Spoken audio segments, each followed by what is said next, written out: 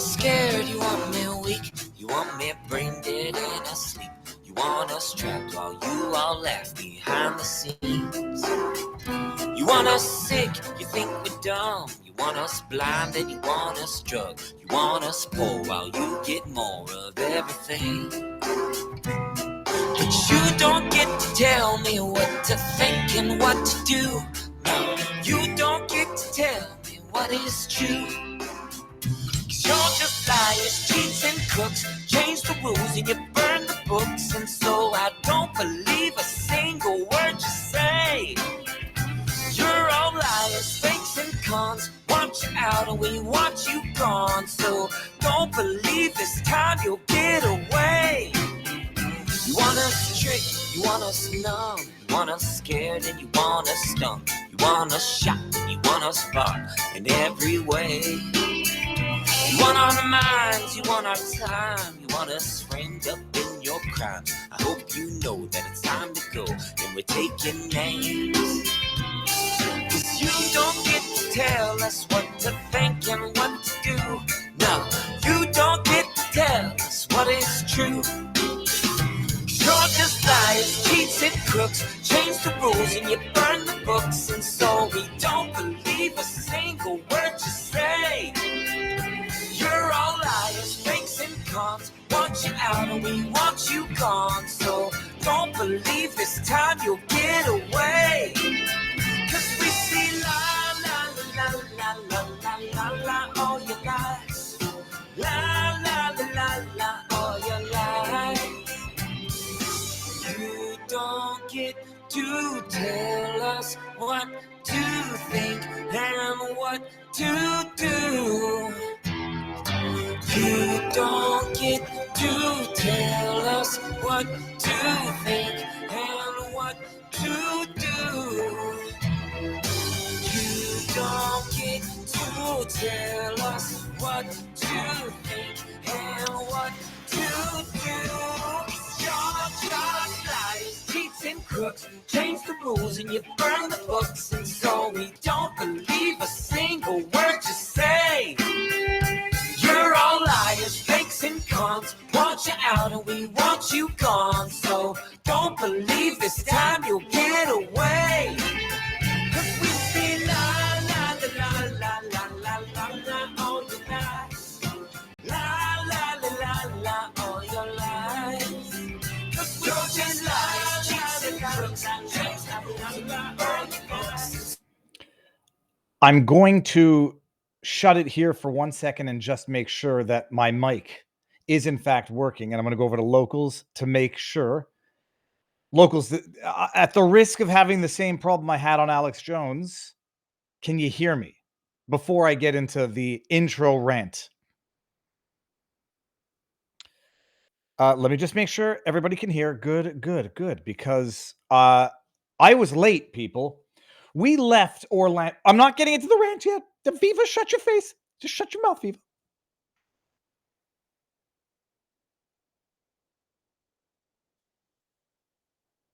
We're starting with a laugh. You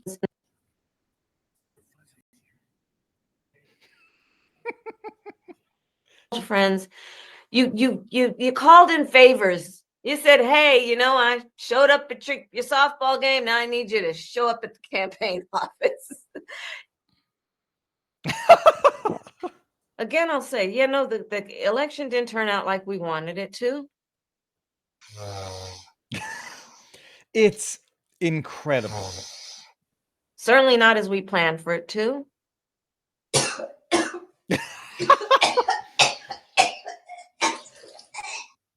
But understand that the work we put into it was about empowering people. That's the spirit with the work we did.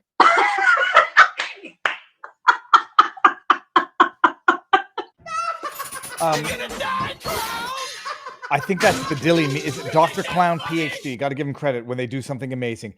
You know what the problem is? I'm going to bring back my camera here. You know what the problem is? I actually feel bad for her after watching an AI-generated meme of her where she actually seemed more human in AI format than she did in reality. Ho, ho, ho. All right, everybody. Good evening. Let me get into the intro rant before we get into the intro rant. It's Thanksgiving weekend in America, and it's been Thanksgiving week, kids off school. I've never celebrated Thanksgiving in America. Um, I don't think I'll ever leave the house again on what is colloquially referred to as Black Friday. We drove up to Orlando to see my mother-in-law, who's got a timeshare thing that you can't get out of, and they get 1 week a year, and my goodness, she's going to make use of it. So we drive up to Orlando, and as we're driving, I can't understand why there is a mile of traffic for an overpass, for an exit. And then I don't know what store it was. It had 2 letters in it. It was a lineup to get into. We didn't get off there. We were going to Gatorland. We went to Gatorland.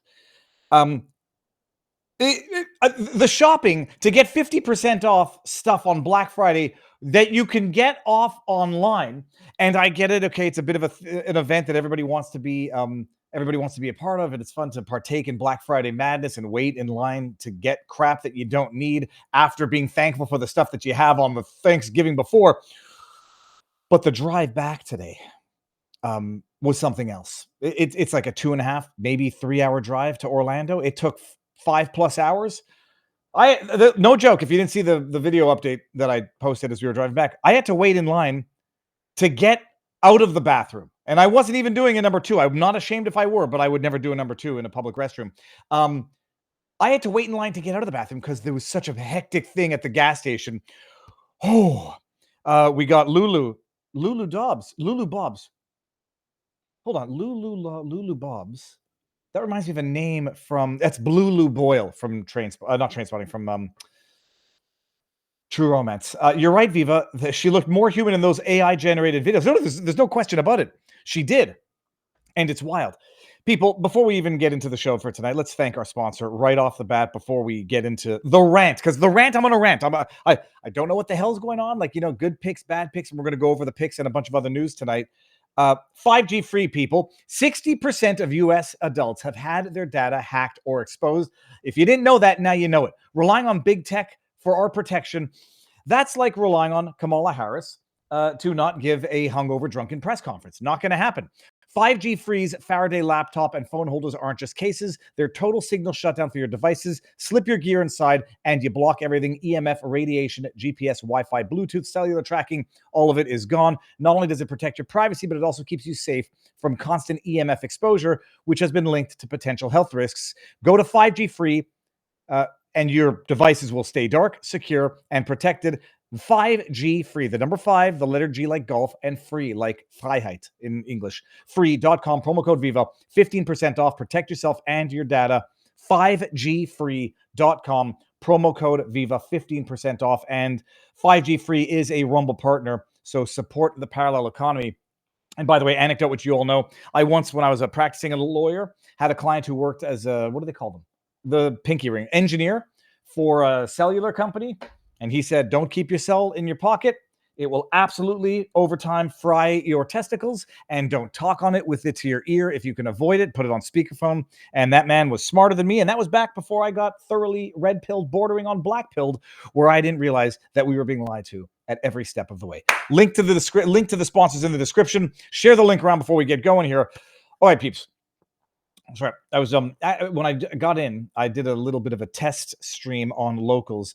For those of you who are new, we start on YouTube, which I call CommieTube, Rumble, which I call the free speech platform, Twitter, which is good, and vivabarneslaw.locals.com. At a given point, because we vote with our feet, our eyeballs, and our dollars, we head over to the free speech platform, Rumble. And then for a Locals supporters only after party, we have a party there where we take questions and all this sorts of stuff. What I was trying to do was set up a supporters only throughout the Sunday show on Locals, which doesn't seem to be a feature that is available when you stream through Studio for the Sunday show. When you stream through Locals exclusively, you can toggle to supporters only whenever you want. So I'll try to figure that out for next week, but I did a little test before going live tonight, and it does not have that option for us. Let us rage now, people. It is time.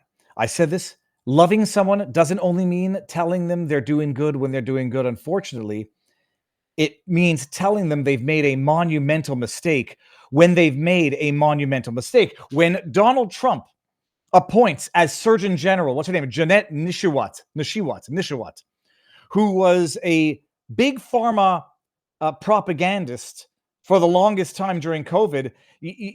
I don't damn you to hell for that, but I certainly say, even if you've repented, you don't get to ascend to a position of power. Trump has picked for DEA, Drug Enforcement Agency, one Chad Chronister. Now, I admit, I don't know people by names all the time, but the first thing that you do is you go look up Chad Chronister scandal, or you put in the name scandal if they're a Democrat, and you'll find some sort of disgusting sex scandal, and more often than not, you'll find it with a Republican as well. I put in Chad Chronister COVID. I knew that this guy was a sheriff in Florida and arrested a pastor for defying lockdown orders. Okay, that's bad. Just following the law is exactly how things happened in different generations. What I found is even worse and utterly disqualifying. Chad Chronister, sheriff, who is now picked to be Drug Enforcement Agency chief. Listen to this. This is him.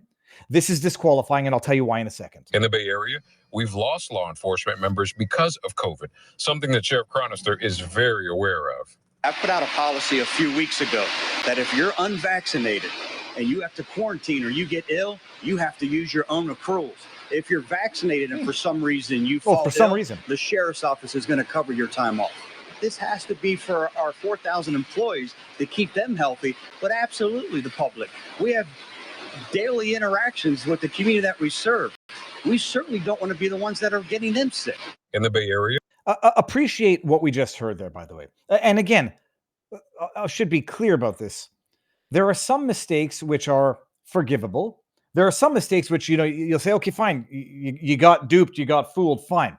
Mistakes of fact, mistakes of assessment are different than mistakes of judgment. And a sheriff coming out and saying, at a time of uncertainty, I defer to the experts and I defer to the scientists. Not only that, but I'm going to penalize anybody who does not submit their body to what could only be described as real-time experimentation. That's not a mistake of fact. That is a mistake of judgment. It's an abuse of power. It's a grotesque abuse of power to penalize people who don't get vaccinated, to say, if you had to quarantine, you're going to do it on your own dime. And appreciate that.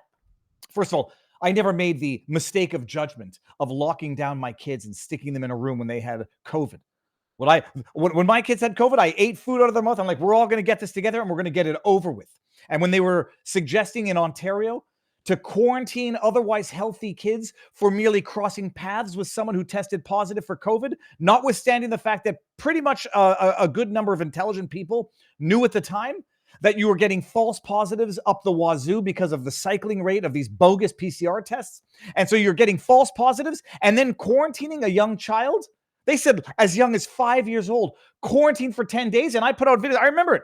I was sitting on my frozen lake, my parents' frozen lake at their cottage. I flipped out a chair and I said, this is absolute child abuse. And any parent who does this should have their children taken away from them. They don't get to say, well, I was just doing what the government told me, so I get to abuse my children. There's a difference between making a mistake to fact, and making a mistake of judgment. And Chad Chronister, wielding his power as a sheriff, saying if you don't get vaccinated and you have to quarantine, you're going to pay for it. If you get sick, you're going to pay for it. But if you get vaccinated and you happen to get sick, well, then we're going to cover it. That's a grotesque abuse of power, almost as much as one sheriff locking up pastors for not following COVID protocol. And I know I have someone who I respect on Twitter say, don't blame him, blame DeSantis, who issued the orders at the time. Horse crap. Horse crap. The reason why people were locked down under COVID in Quebec was because the cops did a good job issuing financially crippling fines to anybody who was out. The reason why it didn't work in Ontario is the police said, we're not going that far. Just following orders. It was the people just following the orders who were the ones carrying out these summary executions. So I'm sorry, in as much as we like the Kash Patel pick, amazing. We'll get into that in a second. There's no freebies. There's no trust the plan. There's no, He's got some 4D, 5D dimensional level chess going on. You got to give, horse trading and racing bull crap. And then, by the way, the argument that when the title is irrelevant to the transgression, that's an argument. But there are some transgressions that are so serious, they make you unfit for any position of power, period. And so, his transgression, he's going to be DEA official. He's not going to be HHS or Surgeon General. No, you've already bungled the Surgeon General position. Sorry, you did good on HHS. It doesn't mean you get a pass or a presumption of 7-dimensional chess for the egregiously wrong picks. Jeanette, what's her name? Nishuat, objectively wrong, disqualifying for positions of power going for it. She's a nice person, from what I'm told.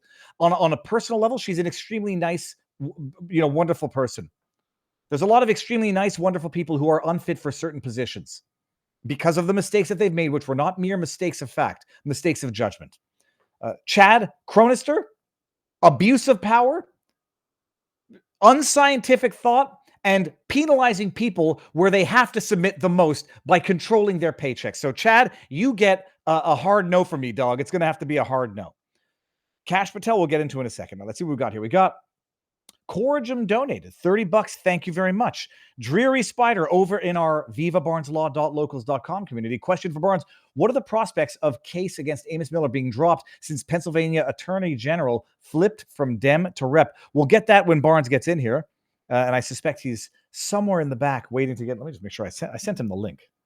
I think I sent him. Oh, yeah, and he just tweeted. He'll be here in a second. But until such time as he gets here, let's go over to the Crumble Rants over on Crumble and see what's going on over there. T1990 says, Viva and Barnes on U.S. payment processing dropping anime and manga distributors as a way to force them to adopt DEI and ESG bullshit, and what can be done. We'll talk about it. Cheryl Gage, at some point I might get tired of liberal tears, but not yet. Keep them coming. Then we got Mata Maxic says, what do you think of the General Kellogg appointment? To see that in a second. And the engaged few.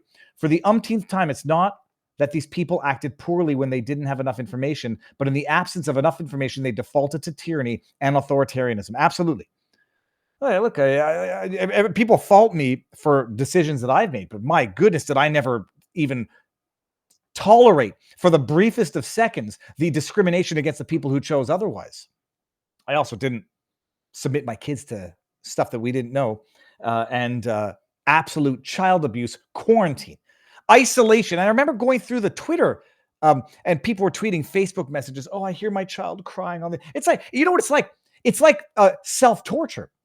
Like you think, oh God, I'm making myself suffer, so there must be some value in it. It's in a way, it's kind of like, Munchausen syndrome by proxy, which is what I think this whole, a lot of this trans movement is, at least as relates to kids, parents who want to be valorized through the suffering that they impose on their children. This was, oh, it's so hard.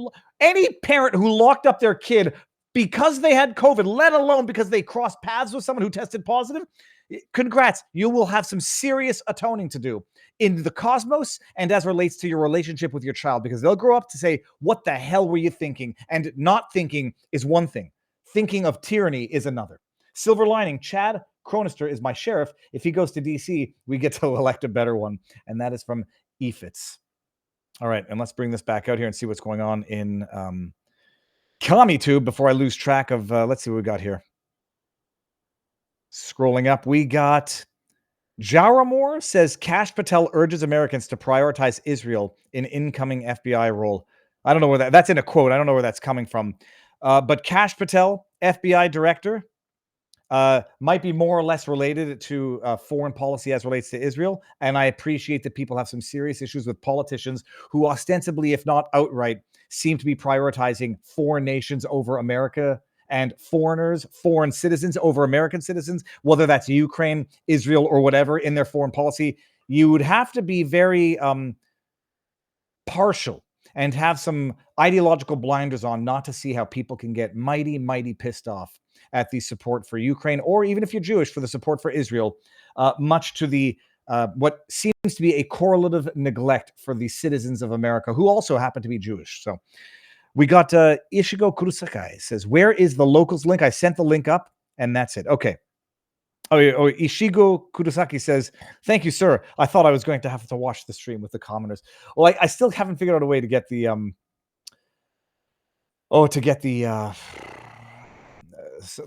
supporters only going in locals, but we'll figure it out eventually. All right, let me make sure that Barnes is here, and I've given him the link. I'm fairly certain I did. We got some good stuff tonight, Barnes. And while he does that, I sent you the link, right? Question mark. Let's talk about the good news. Kash Patel, before Barnes gets here, and Barnes will pick up when we get in. I listened to, first of all, Kash Patel is amazing. Kash Patel, good choice. Tom Homan, good choice. Marco Rubio, arguable, but not disqualifying. Although some people might say his war hawkish Russia stuff and his support for Israel, not disqualifying anywhere on its face. You might disagree with it, and you might say there it's a question of playing, trading horses to keep the Dems happy. Get someone in there who even who was it? Even the Don Lemons of the world say is a normal Republican, as they call him. But Jeanette Nishiwat, disqualified. And maybe if the uproar is loud enough, I've been posting to Truth Social, but mostly the critique, so that it gets maybe to the ears that care about what I have to say, which may not exist. Who knows? And Chad Chronister, disqualified. But Kash Patel. Okay, Kash Patel did a podcast with Sean. I always get mixed up his name because it's two first names. Sean Ryan. And go back and listen to it if you haven't seen it. It was a couple of weeks after the first failed assassination attempt on Trump. And first thing first, actually, let me play this so that any idiot who goes on Twitter and says Kash Patel is unqualified, well, I got bored listening to his qualifications that as they were listed off by Sean Ryan during the show. Listen to this. I'll pull it up so we can actually, just so nobody can claim to not know what his credentials are. This is Kash Patel. Kash Patel, you served multiple senior roles in government. Most recently is the Chief of Staff to the Department of Defense, Deputy Assistant to the President on National Security Council, and Deputy Director of National Intelligence in the Trump administration. At NSC, you oversaw the execution of several of President Trump's top priorities, including eliminating al-Qaeda and ISIS senior leadership and safely saving dozens of American hostages. Before joining the NCS, you served as National Security Advisor and Senior Counsel for the House Permanent Select Committee on Intelligence. You previously served as a national security prosecutor at Department of Justice under the Obama administration, where you oversaw the successful prosecution of criminals aligned with al-Qaeda, ISIS, and other terror groups. You served as the DOJ liaison officer to Joint Special Operations Command. I'm guessing that's where you met Gary. That's right. That's where I learned everything. Since leaving government service, you have authored critically acclaimed books, most recently Government Gangsters, and authored 2 children's books. You're the founder and president of the Kash Foundation, a 501c3 that raises money for legal defense matters, education programs, tuition assistance, and financial assistance for our active duty military and veterans. You currently sit on the board of Trump Media Technology Group. But by the way, anybody else out there with ADHD that's getting bored listening to this man's qualifications? Host of Cash's Corner on Epoch TV, and you are a senior advisor to President Trump. You also serve as the senior fellow for national security and intelligence at the Center for Renewing America. I can breathe again. I can breathe again. Quite the resume there. Am I missing anything that? No, you got it all. And he said, well, I should let Kash make the punchline. Embarrassing to have that read to you. I hate when people. So it's embarrassing to have your slew of experience read to you, because Kash Patel is, I would say, dangerously qualified, given the people that he's going to be going after. And just to plug his book, shamelessly, which I'm now going to have to download and listen to on Audible, Government Gangsters, The Deep State, The Truth, and the Battle for Our Democracy. Gee, I wonder why they don't want Kash Patel as the director for the FBI. And then these idiots on Twitter say, oh, I guess Trump doesn't know that there's already a Trump-appointed director of the FBI on Twitter, in the system, as if to say, there's no reason for him to appoint another one. And to which I'm saying, if you're happy with one Trump-appointed director of the FBI, then you shouldn't be disappointed or have a problem with another Trump-appointed replacing that Trump appointment, except they like the Trump picks who are disloyal saboteurs to the Trump Make America Great Again agenda. And so they like the bad ones. And that's how you know that they're bad. But if anybody comes out and says Kash Patel is unqualified, they're idiots and should be treated as such. But you can go share that link if you're interested in providing the receipts. All right, Robert, sir. I think I'm here. Battle. Can you hear me? I can hear you. Looking good. You're a little pixelated, but that has nothing to do with anything. How is life, sir? Surviving. All right. Well, that's not the answer, Barbara. We have to see dancing in tapped in shoes. Okay. You are looking better and recovering. You're doing good. Okay. I'll say what we on the menu for tonight. We're going to talk about Ray Epps, his lawsuit getting disqualified. We're going to talk about, I don't know about the lawsuit alleging Blackrock monopoly, but my goodness, did I have time in traffic to listen to a couple of good podcasts and breakdowns of what is beyond a monopoly of Blackrock, which we're going to get into. A bunch of other Trump picks, et cetera, et cetera. We'll go through the items when they come up. But Robert, I mean, while I've been ranting and raving, you heard about the most recent picks of Trump? Well, I guess we can start the show by doing that. Am I overreacting about Chad Chronister? I'm not sure I know who that is. He's a sheriff out of Florida who has been a very pro lockdown tyrant of a sheriff, at least by all video evidence that currently exists. He went after a pastor for not following the rules. Let me pull that up. But he's being hired. He was tapped as Chad Chronister. What did they call it? The head of the DEA. Yeah, Chad Chronister to lead the DEA. So what is the DEA? I mean, I know what the DEA does, but for those who might not know what the DEA does, Drug Enforcement Agency, are they purely domestic, or do they intermingle with cartels in Mexico? I mean, their authority is domestic, but they act internationally as well. Okay. Their priority would be that doesn't surprise me that much. Then, if he's hiring a hard ass for that side of the you're going to see this constant kind of tension between like peace people and really uber tough military types.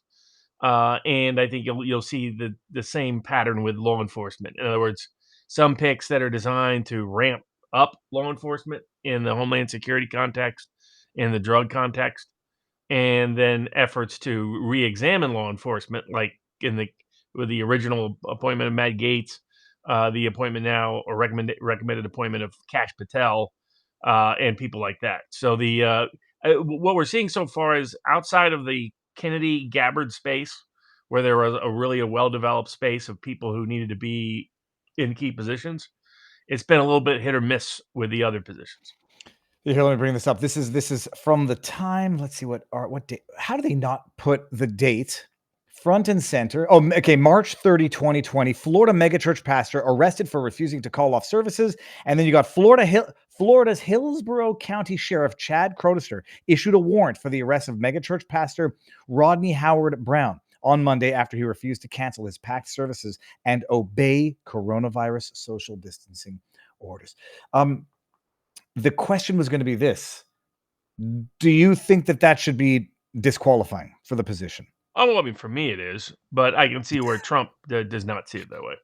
That Trump's looking at what does he want to achieve with a particular cabinet office, and so you're seeing it go in very different directions. That confuses some people if you haven't followed Trump in detail, because it's hard to bring together the sort of the uber macho talk with peace and no new wars. But that's very Trump, and it's a long American tradition of that precise political combination.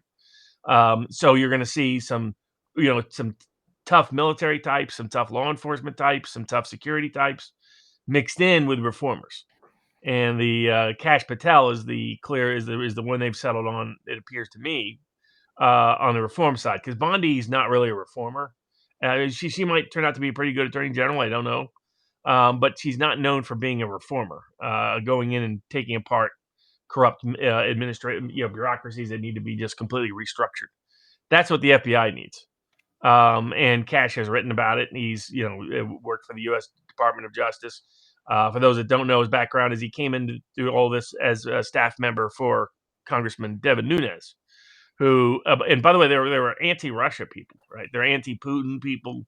They believe a lot of dumb stereotypes that I don't agree with at all on foreign policy, and yet they are still considered intolerable to the DC crowd, which tells you just how nuts that DC crowd is.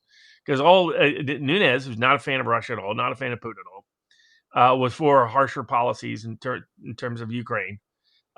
Yet when he saw what was going on with Russiagate, he's like, this is a bogus operation by our own government and other Five Eyes operatives. He just called it like he saw it. Same with Kash Patel. He just called it exactly as he saw it.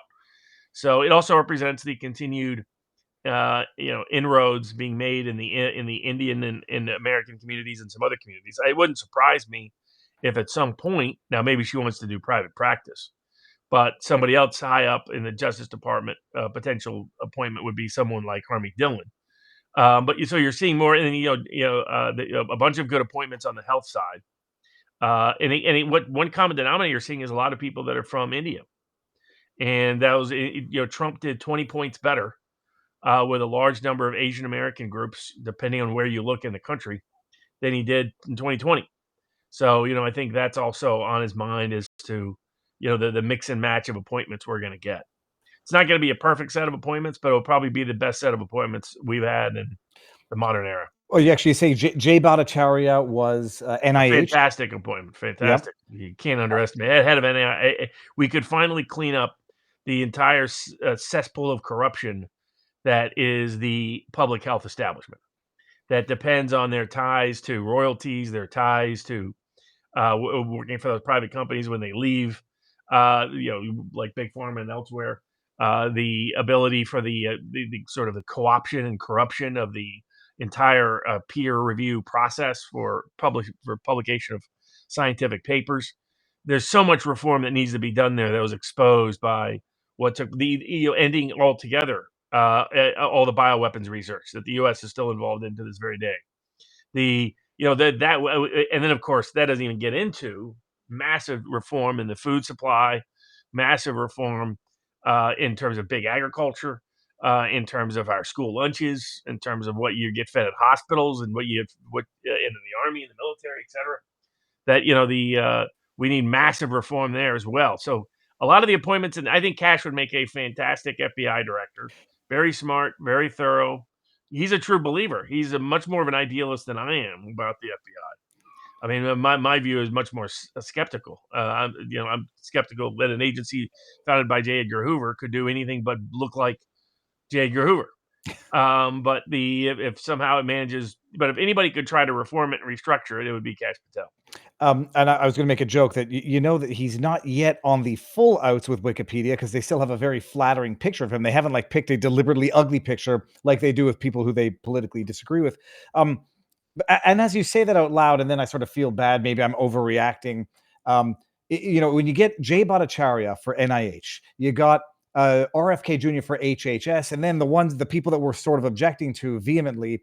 I don't know. Would you consider the Surgeon General to be sort of from a policy reform perspective to be under NIH or less? Way below. And definitely under HHS. Surgeon General is mostly a PR position in the U.S. government.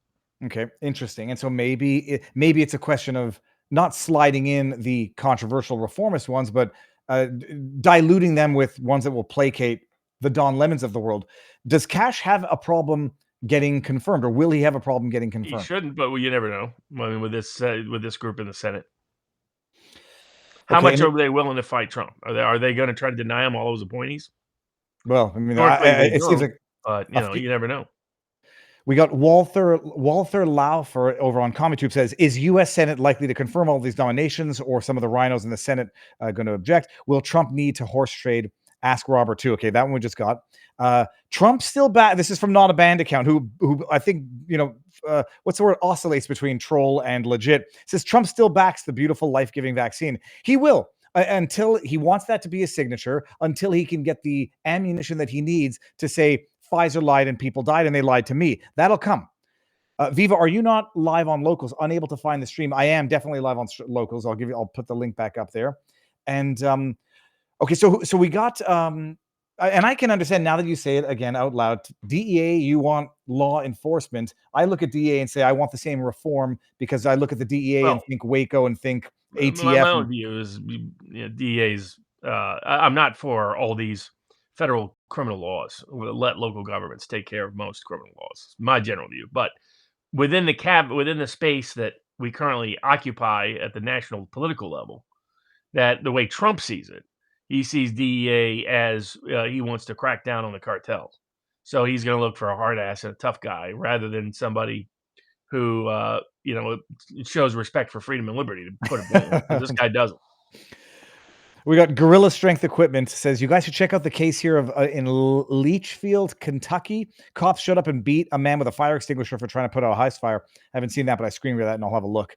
Okay, then we got Kash is the best pick yet. You went mute, I think. I can't hear you.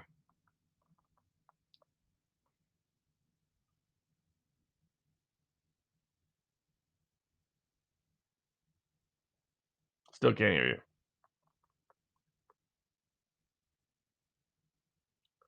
Is that just me or is it everybody?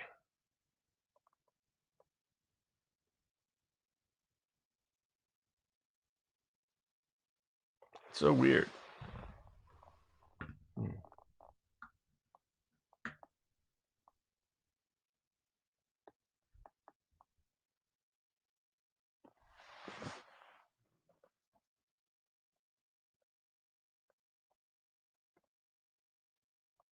Can't hear anything.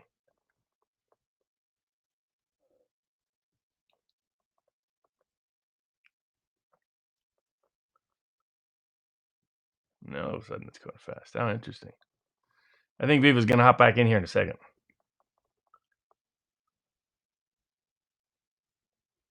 He's out. And now he's back. And then he's out. Okay, yeah, so people couldn't hear you. Enable microphone. Yeah, now I can hear you. I'm telling you, now look at this. I'm on the wrong side. It wasn't me, people. Okay. And can we hear me now? Well, I'm in the good microphone. Yep, we can. Yep, I can at least. I did not do anything, people. Okay, I'm gonna blame studio. Something glitched. What the hell was I saying now? I totally lost track of my thought, although everyone's gonna have a good laugh in the chat. Kash is his best pick yet. I have a feeling that Bondi will end up being a hindrance for Kash in regards to prosecuting corrupt FBI agents. So Robert, I was listening. I mean, Kash isn't really like, if you're at the FBI, you recommend prosecutions, but you don't make prosecutorial decisions. So at the FBI, you're just you make investigative decisions, but you don't make prosecutorial decisions. That's all done at the Justice Department. Okay, and everybody should also know December 2nd is tomorrow. That is when the new computer should be coming, because it's I got a new computer with one. I don't know what it is. It's got a super fast processor, so we shouldn't have any problems. Okay, let me do a couple of Rumble rants before we get going. Actually, before we even get there. Okay, so we got the newest picks. Jay Bhattacharya, absolutely amazing. Kash Patel, absolutely amazing. Malarkey, or maybe I'm mispronouncing his name. There are several other in the public health space that are really good. Okay, and I think that's have I missed any that we should cover since last week? Get a little more review of the Kash Patel was part of the Nunes operation, but you can get some backstory with him in Amanda Milius's documentary, Plot Against the President. So I highly recommend that. Okay, excellent. Now let me get to some of the chat questions on Rumble. Viva, you have one job, says Epps. And then Mad Maxic says the only good thing about all the bad appointments is that it will free up their current positions for someone new, and then they will get on Trump's bad side, and he will not be afraid to fire them. That's interesting, actually. Kash is currently suing DOJ, FBI. What can he do with it, Robert? In that clip, the intro clip about Kash's credentials, he's got. Does he? If he has some business ties to Truth, is that going to be a potential conflict for confirmation? No. Okay. What else? Let me get to some of the any questions over in Locals that have to do with this before we move on to other subjects. Okay, Gantha says, I love you, Viva, but the speed of your technology is not the issue. The issue is between your chair and the keyboard. No, it's not. It's the computer.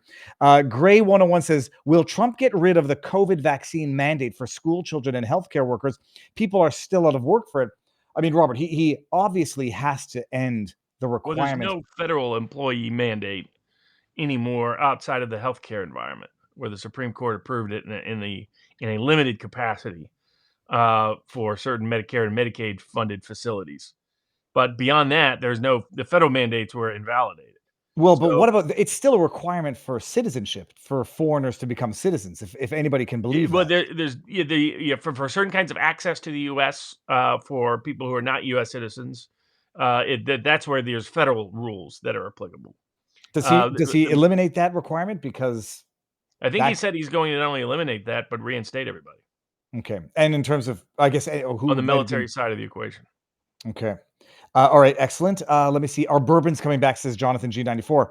Any chance to get Scott Horton on? I've had Scott Horton on. He has a new, very detailed book on the Russia versus Ukraine conflict named Provoked, How Washington Started the New Cold War with Russia. I've had him on. It's a question of whether or not, have him back on. Okay. All right. Fine. Robert, what else do we have to cover? Let me get the list. We've got Trump dismissal and the status of his cases going forward. The Blackrock energy monopoly suit, which really actually raises broader and bigger questions about other aspects of our economy. Rumble sues California over the free speech rules that California is trying to restrict. Debanking became a very publicly discussed issue this past week when a prominent investor went on Joe Rogan and talked about how, in fact, what Elon Musk was experiencing, a lot of people had experienced in the last 4 years, which was systematic effort at debanking. And I represent somebody who's fighting that in St. Louis, Missouri, as we speak, for a trial scheduled for 2025, because his case was sort of the beginning of the front, the front edge of the debanking problem in the United States. And glad to hear him call attention to that, and Rogan highlight it, and it needs to be a priority item for particular appointments, hopefully, to come in the Trump administration. Then we got Ray Epps going to suit on his defamation. We got the border wall in Texas getting some permission out of the Fifth Circuit in terms of what the state of Texas can do to secure its own border. In a case we've talked about, and in a broader context of cases we've talked about, the Tornado Cash case that we said did prevail in federal court against the federal government's efforts to continue to suppress various forms of crypto and Bitcoin. I can still see people are either catching up and still saying Viva's quiet, Viva's a boomer, Viva's a millennial. Okay, so let's do the Ray Epps, and maybe we dabble with the Trump. Ray Epps had his defamation law. Then I say we'll do that before we head over to Rumble exclusively. Ray Epps was suing. This drives me crazy that Fox settled with Dominion, but is still going to trial with Smartmatic. We'll get there because I need to pick your brain on that. Ray Epps was suing Fox, Tucker Carlson, some commentators for allegedly starting the alleged rumor that Ray Epps is an alleged federal agent, however you want to interpret that term. Not an agent on the payroll, although he might have been getting some of those sweet credit cards that they were given to all the other people they try to entrap or to lure in, a confidential human source, an asset, whatever. It's obvious, in my view, that he is. There's no question about it. Ray Epps, as you will recall, was the guy saying, we need to go into the Capitol on January 5th, to the point where he was shouted down by a bunch of kids who knew better, fed. January 5th comes around. He's orchestrating with Scaffolding Man, whispering sweet nothings into another guy's ear. They breach a barricade, a fence barricade, a bike barricade that landed other people in jail for 15 years, especially when they considered it assault because they pushed it into cops. He breaches that, goes into a restricted area, gets out, texts his nephew or his son, I forget which, saying, I orchestrated all of that. No charges against him for 2 years. He was on the FBI's most wanted list, magically plucked from it. 2 years later, after public outcry, after Darren Beatty from the Revolver, calls him out, finds out who he. Then they finally charge him with one charge of a misdemeanor, nothing, to which he pleads and gets probation, not years in jail like the Jake Langs of this world or the Lectern guy Adam Johnson. He sues Fox News for allegedly starting the rumor that he was a federal agent, defamation, yada yada yada. Fox, I guess, decided to fight this one for some reason. They didn't decide to fight the Dominion, and they got the lawsuit dismissed. I couldn't find the actual judgment, but the bottom line, failure to state a claim, no proof of actual malice, and I guess quite clearly opinions. I mean, when they're saying, commentators like Tucker Carlson who are issuing opinions, dismissed. But it begs the question, on the one hand, people are going to say, oh, look, he's not an agent, because if he were, nobody would have settled. Fox decides to fight this, doesn't fight Dominion, and is still fighting Smartmatic. And I can't piece all three of these incompatible pieces of a puzzle together, Robert. What is your take on all of it? Yeah, I mean, I get they had a hostile judge in the Dominion case that was filed in Delaware. So that's part of the downsides to having, being organized in Delaware, as Elon Musk himself has educated people on the risk as he himself has experienced. But and this one was, I don't know whether it started out in federal court, but it ended up in federal court. So it ended up in front of a different set of judges than all the Biden political judges. And now that Biden's no longer going to be in office, it's, probably reducing pressure on the Delaware political system to be overly deferential or protective of Biden, or overly critical or hostile towards Trump. Is probably in terms of the timing of some of this. But what we talked about from day one is this didn't meet the definition of defamation. Defamation needs to be you either explicitly or implicitly make a factual claim. So that's the first thing. It's got to be factual. Now, it can be an opinion as long as that opinion discloses a factual claim. But there has to be a factual claim being made. And not an opinion claim that is not doesn't involve any implied facts. And then on top of that, you needed to have actual malice, meaning that you need to know that the person who said it knew that what they were saying was a fact, knew that fact was false, and knew it would negatively harm someone else. And only then can you have an actionable, liable claim within the meaning of the First Amendment of the U.S. Constitution, which constrains judicial action in America. And so all of his allegations were just, the Tucker having people on and interviewing and talking to people, and said, by the way, this individual denies it. I mean, so it's like, where's the factually false claim? Claims, the idea that I have any connections to the feds is factually false. He doesn't quite go that far if you read his actual complaint. So that was another giveaway that it was mostly for show, mostly for theater, not intended to actually get any relief or remedy, because I don't believe there's been any wrong done to Ray Epps. But so he lost. A bunch of other defamation cases get kicked. Expect a lot of them to get kicked.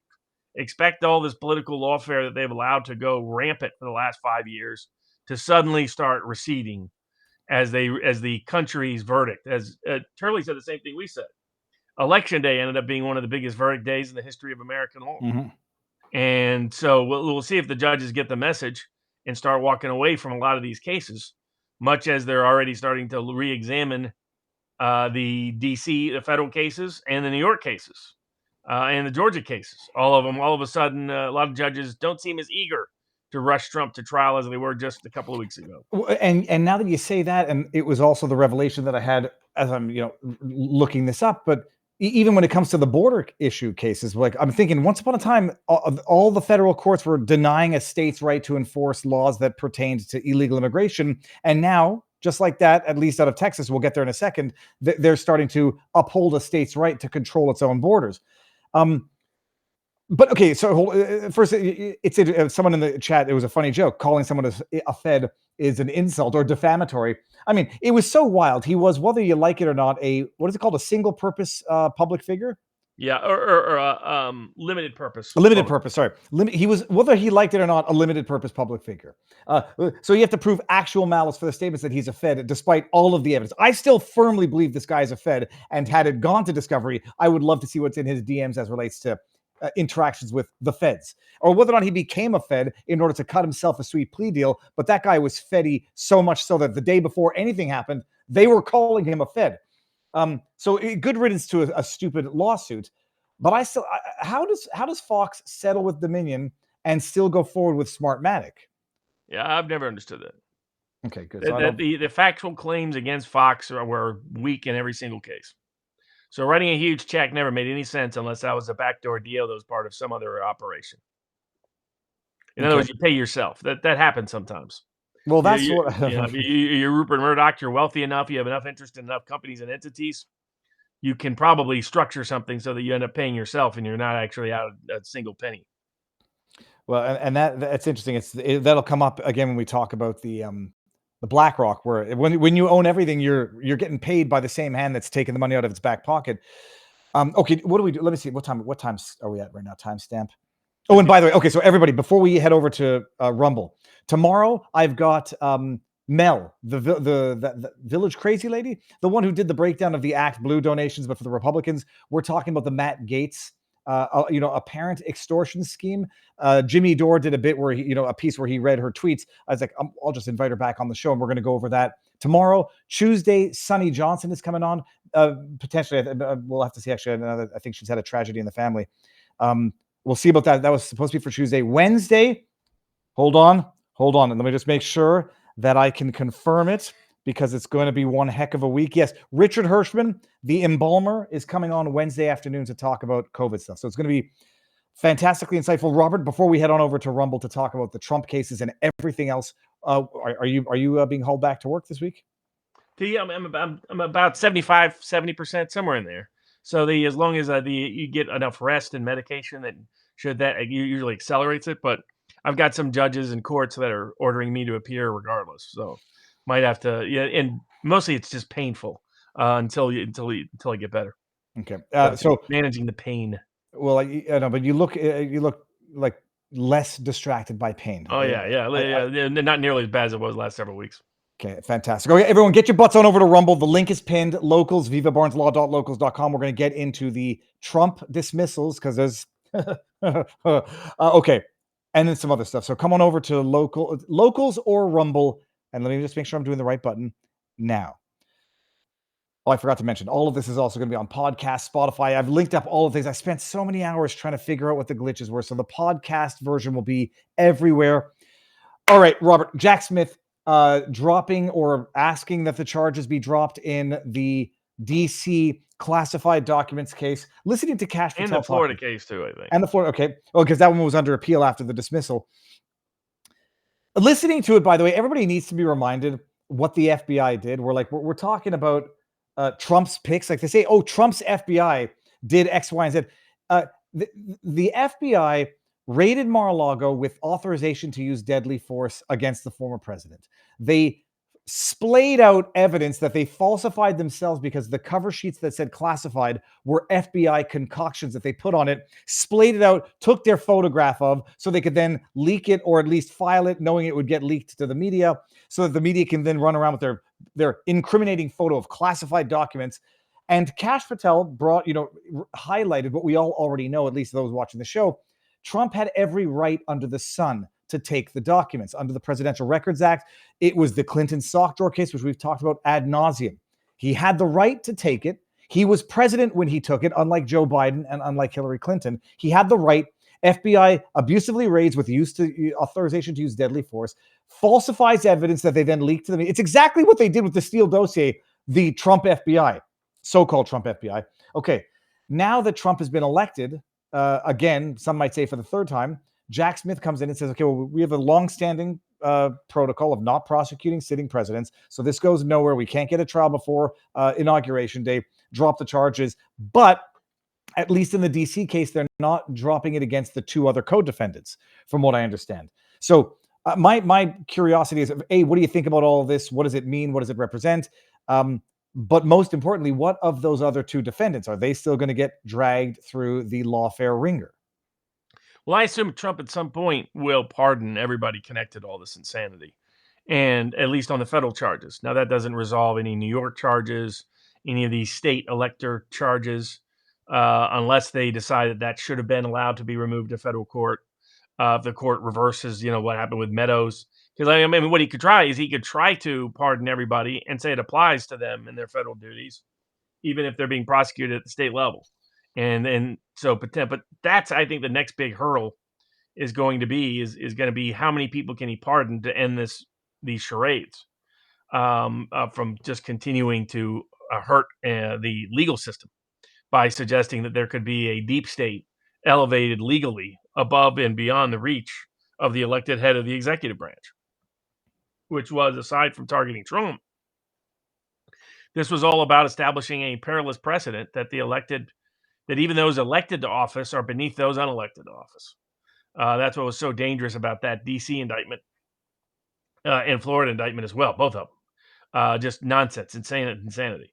But I mean, what's going to happen is that there'll be no case ever pursued against Trump. Apparently, the prosecutors trying to leave it open as a dismissal without prejudice so they could come back and re-prosecute him 5 years from now, which is preposterous, which shows the necessity to just, pardon everybody and move on. I think that's ultimately where we're going to get to. I think in Georgia, they're going to throw out the charges because of the way the prosecutor handled it. I think in New York, as we predicted, no sentencing is going to take place this month. In fact, don't expect any sentencing to ever take place. That case is likely to get thrown out and never re-prosecuted.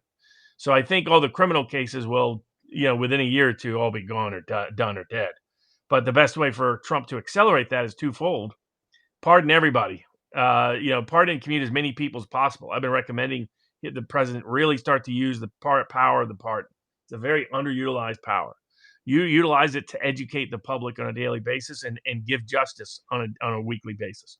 It could be either daily or weekly pardon. Literally every day or every week, so that there's a focus and look at cases that are political by nature. You look at cases. You look at like that person never would have been prosecuted, but for their political beliefs and activities. And that's one place to go. Second is anywhere where there's been government malfeasance or misconduct in the nature of the prosecution, like there were all over Trump's cases. Highlight that in all these other cases and pardon those people as well that are not imminent risks of great harm to the American people. So, you got plenty of people in that category. Pardon Julian Assange so he can travel and not worry about anything ever again. Pardon Ed Snowden. Pardon, or at least commute, Ross Ulbricht's sentence. Pardon Roger Ver, Bitcoin Jesus, who's still facing ongoing prosecution and extradition threats from Spain for doing things that were patently illegal, not illegal, just because he stood up to the Biden administration's effort to corrupt Bitcoin.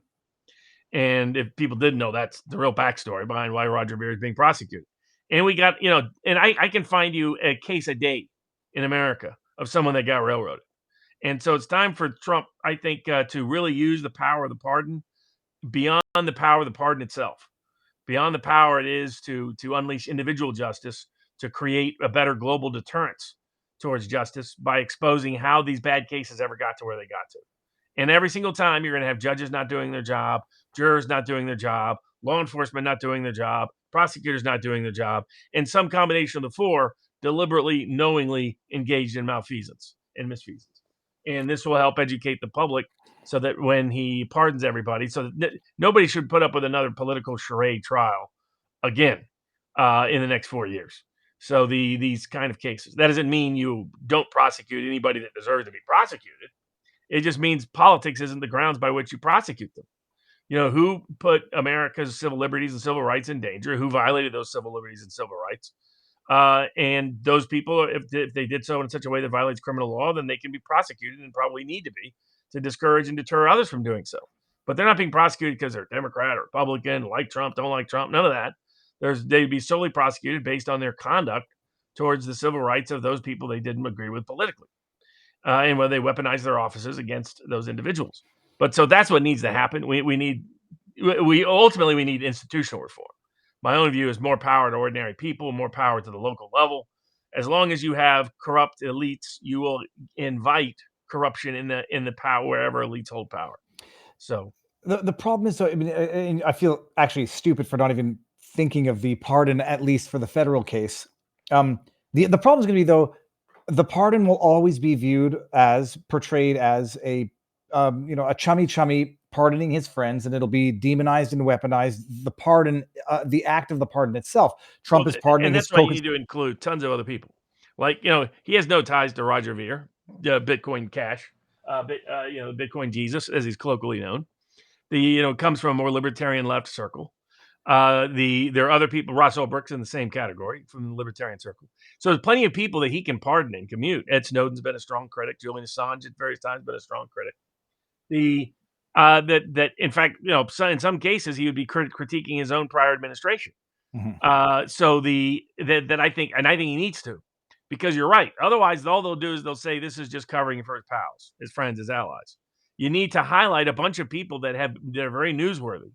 I mean, that's where Bitcoin Jesus is easy because you have the nickname, you have the cat, all that jazz. But look for other people like that. And I mean, Julian Assange, he could invite Julian Assange, Ed Snowden, Ross Ulbricht to the White House after pardoning or communing them to emphasize. And these are people that are big in the crypto community, big in the freedom community, big in political circles that are outside of Trump world. So that's why I agree with you. In order for them, for the world to recognize, both from a legacy perspective and from a reform perspective, the importance of prosecuting those that deserve it and not prosecuting those that don't, is to make sure you do it at such a broad scale that they can't just say you're doing it for your friends and your allies. And I mean, there should be a lawfare committee with people like Robert Kennedy on that committee and others like that come from a political cross section. They can say, hey, this is a bogus case. For example, Robert Kennedy's highlighted how Chevron has gone after Steve Donziger in New York and how the corrupt federal courts there in New York, by the way, the judge presiding over that case in a very corrupt way that illegally locked up, in my opinion, Steve Donziger without criminal charges being brought. He was under house arrest. But look up his ties to certain Trump cases. They'll pop up again. So, find these cases, the Donziger case, the Bitcoin Jesus case, the Ross Ulbricht case, the add Assange and Snowden to these cases they're just going to dominate in global news. So that they'll still attack him. Oh, Trump pardons January 6th defendants, Trump pardons pals, blah, blah, blah.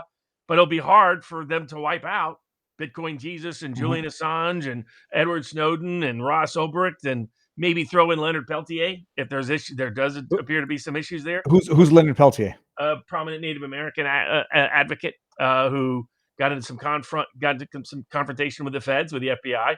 I know some of the backstories. The FBI engaged in all kinds of corruption involved in the Peltier case and other cases. I know some of the Indian and tribal members connected to that. So these are big. That's what he, I think, needs to do in order to achieve the change he wants, but also for it to be recognized for what it is and for it to have the deterrent value it's going to need to have.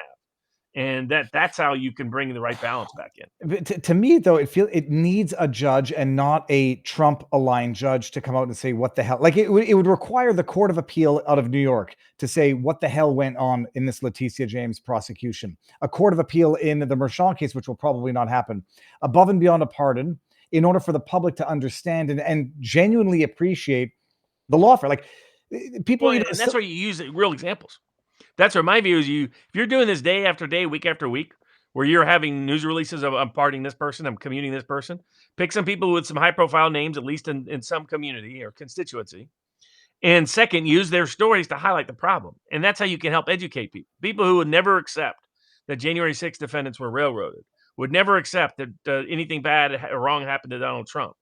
If it's Leonard Peltier, if it's Bitcoin Jesus, if it's Roger Ver, if it's any of these other people, might say, well, hold on a second, I don't dislike that person politically.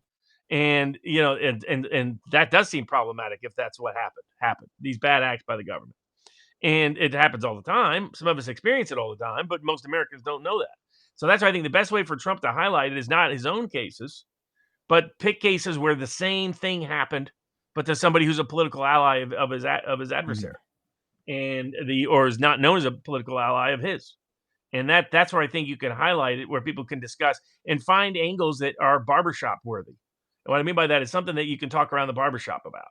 So, hey, did you hear this? This is kind of interesting. I didn't know that. Find some angles that can approach it. Yeah, well, you make a phenomenal point with the Bitcoin Jesus, Bitcoin. I mean, I don't know if there could be a posthumous pardon. I'm not trying to be funny of McAfee, but I don't really, if there could be, you can do posthumous. Yes, you can, because he did it for Jack Johnson, the famous black boxer. And so, like, he should pardon. He should throw in John McAfee a post death pardon. Absolutely. It is an amazing idea to make the pardons around something that's already the forefront of public discourse, Bitcoin in particular. Exactly. It's a big issue of financial freedom. You'll find similar issues in political freedom, similar issues with food freedom, similar issues with whistleblowers in general. Remember all the whistleblowers Obama went after? There's a bunch of those people that really hate Trump. And if I were Trump, I would add those people to the top of the list of pardons, saying, look, all these people right here, they despise me, say all kinds of bad things about me. Doesn't matter. They were wrongfully prosecuted. and we're not going to be part of an administration that wrongfully prosecutes people and wrongfully punishes people. We welcome our whistleblowers. We don't punish our whistleblowers. So there are ways for him to shift the narrative that they won't be able to help themselves, and that can make the important points he needs to make temporarily, and to try to get the institutional reform and remedy we desperately need. Because the fact it got this close shows how close our country is to collapse. That you have the president of the United States almost taken off the ballot, bankrupted, and imprisoned for life. And the American people wanted him to be president again. And we came that close to being worse than a third world republic. So we need institutional reforms. So we need the kind of changes Kash is looking at for personnel and policy, but you could do both. For example, the FBI could impose on the FBI that they follow the Constitution and those rules internally, regardless. And that if there's a failure to follow those rules, that the indictment the FBI's official policy will be to move to dismiss those indictments. That by the way will deter and discourage almost all the government malfeasance and misconduct. Now, I'm not sure if he's willing to go that far, but that gives you an idea of the kind of reforms and remedies someone like him can do and accomplish. But we need massive reforms and remedies, given what we just went through and almost experienced. Now, over in the chat in locals, at least USA now says I'm wrong about needing a New York judge to validate it was lawfare to go after Trump. Well, I don't know how I could be wrong on that. It would certainly at least make that it would sensitize the left to it if a left judge were to come out, say the Court of Appeal in Engeron's case, and say this was lawfare from the beginning. Then it becomes a little more difficult for MSNBC to say, oh, this is all just because he was elected president. So I'm not wrong. It's just I don't think it's going to happen. But I would like to see that more than just pardons, but the idea of broad pardons to ideological adversaries to highlight the lawfare that, like we've talked about this ad nauseum. What happened to Trump was nothing new or extraordinary. It's just that they picked a target that was bigger than what they could effectively snuff out. They've been doing this for decades to a slew of people, marginalized people who don't have the means or the bullhorn to raise national hell over it. So it's not new, and it needs to be done away with. And now that you talk about a committee on lawfare, since the Attorney General has already received its appointment, Robert, you could be a good director of lawfare analysis. DLI. I like it. Okay, so hold on. So that's fantastic. So the pardons for the co-defendants, they'll just sit there and wait it out. The state prosecution, let's just go back to another lawfare one. The state prosecution against Bannon and Colfage for We Build the Wall, where they got the federal pardon, and the state still finds a way to go after them for fraud. How do the allies deal with this? Like, what can be done on that front? That is going to be really tricky. The argument would be to try to argue the presidential pardon power can reach state prosecutions in certain instances where the underlying allegation is a federal crime. Mm-hmm. So he could try that. That's one option. Otherwise, it's you're subject to the. I think we need a new federal law that limits the ability of states to criminally prosecute people that involve protected civil rights. That's really already on the books, but they've not meaningfully enforced it. I mean, that's what Section 1983 and 1981 were all about to begin with, was cops and judges in the South post-Civil War were refusing to enforce the law. And so what do you do with that? Well, you prosecute the cops and the judges. That's what you do. That you match power with power. You know, they have the Klan, you bring out the U.S. military. So that's the kind of historically that's what's been required for them for judges and corrupt prosecutors and cops to walk back the insanity. But maybe more robust federal rights to sue the prosecutors monetarily. Things like that. Something that would really make them think twice, because right now they have no risk. They're like vaccine makers. As they know, as long as their vaccine's on an emergency list or on a kids list, they have no incentive to make sure that vaccine actually works, is actually safe, is actually effective, is actually necessary, that the side effects don't outweigh the benefits. That they're because they can't be sued. They can only make money by selling it. They can only not make money by not selling it. So, I mean, they've literally no motive whatsoever to do what's right. And that's part of the problem here, too. And that needs reconsideration of the entire way we handle criminal justice. But I think a solution also is transfer more to the local and state government. And when local and state governments violate people's federally constitutional civil rights, then they themselves could be sued and prosecuted. I like it. Robert, let me read a few of these before we get too far behind. Tiffany and Ivanka, fathers-in-law, cronyism is us. That is from E. Schaefer, or no, that's C. Schaefer. MB of LAZ says, everyone forgets that Trump is a germaphobe. And then we've got King of Biltong, who says, need some healthy, high-protein stocking stuffers this festive season. Get some Biltong packed with B12 zinc, creatine, iron. I'm reading them not in order for some reason. Biltong USA, use code VIVA10 for 10% off. Don't forget to answer the question I asked earlier, please, T1990. Where was it? T1990, scrolling down. Oh, Viva, what are your thoughts on... Sorry, I'll go down to the bottom here. The payment processors dropping anime. We're getting to that. We're getting to that in a second. And then we've got... we stream every Friday and Sunday, 4 p.m. Eastern, 3 p.m. Shit's talking whilst cooking real food. Check out the channel, Eat at Anton's. Then we got Alex Davy Duke. Good to see you again. Last week, a Toronto police sergeant arrested Ezra Levant. Today, dozens Rebel News supporters showed up at the weekly Hamas provocation, proving grabbing Ezra is like grabbing a stick of dynamite. I didn't see what happened today in the news, but I had Ezra on last week to talk. Has there been any update on the Daniel Penny case, the New York subway case? No, I've not. I'll Google that while we're talking about. I mean, I know it's in trial. I thought it was with the jury. Yeah, that's what I thought as well. Last I heard, V6 Neon says civil asset forfeiture and how local, state, and federal screw over the people would be something for Trump to get rid of. Yeah. Okay, Robert. On this topic of this, we were going to get into the judges feeling politically empowered to do the right thing.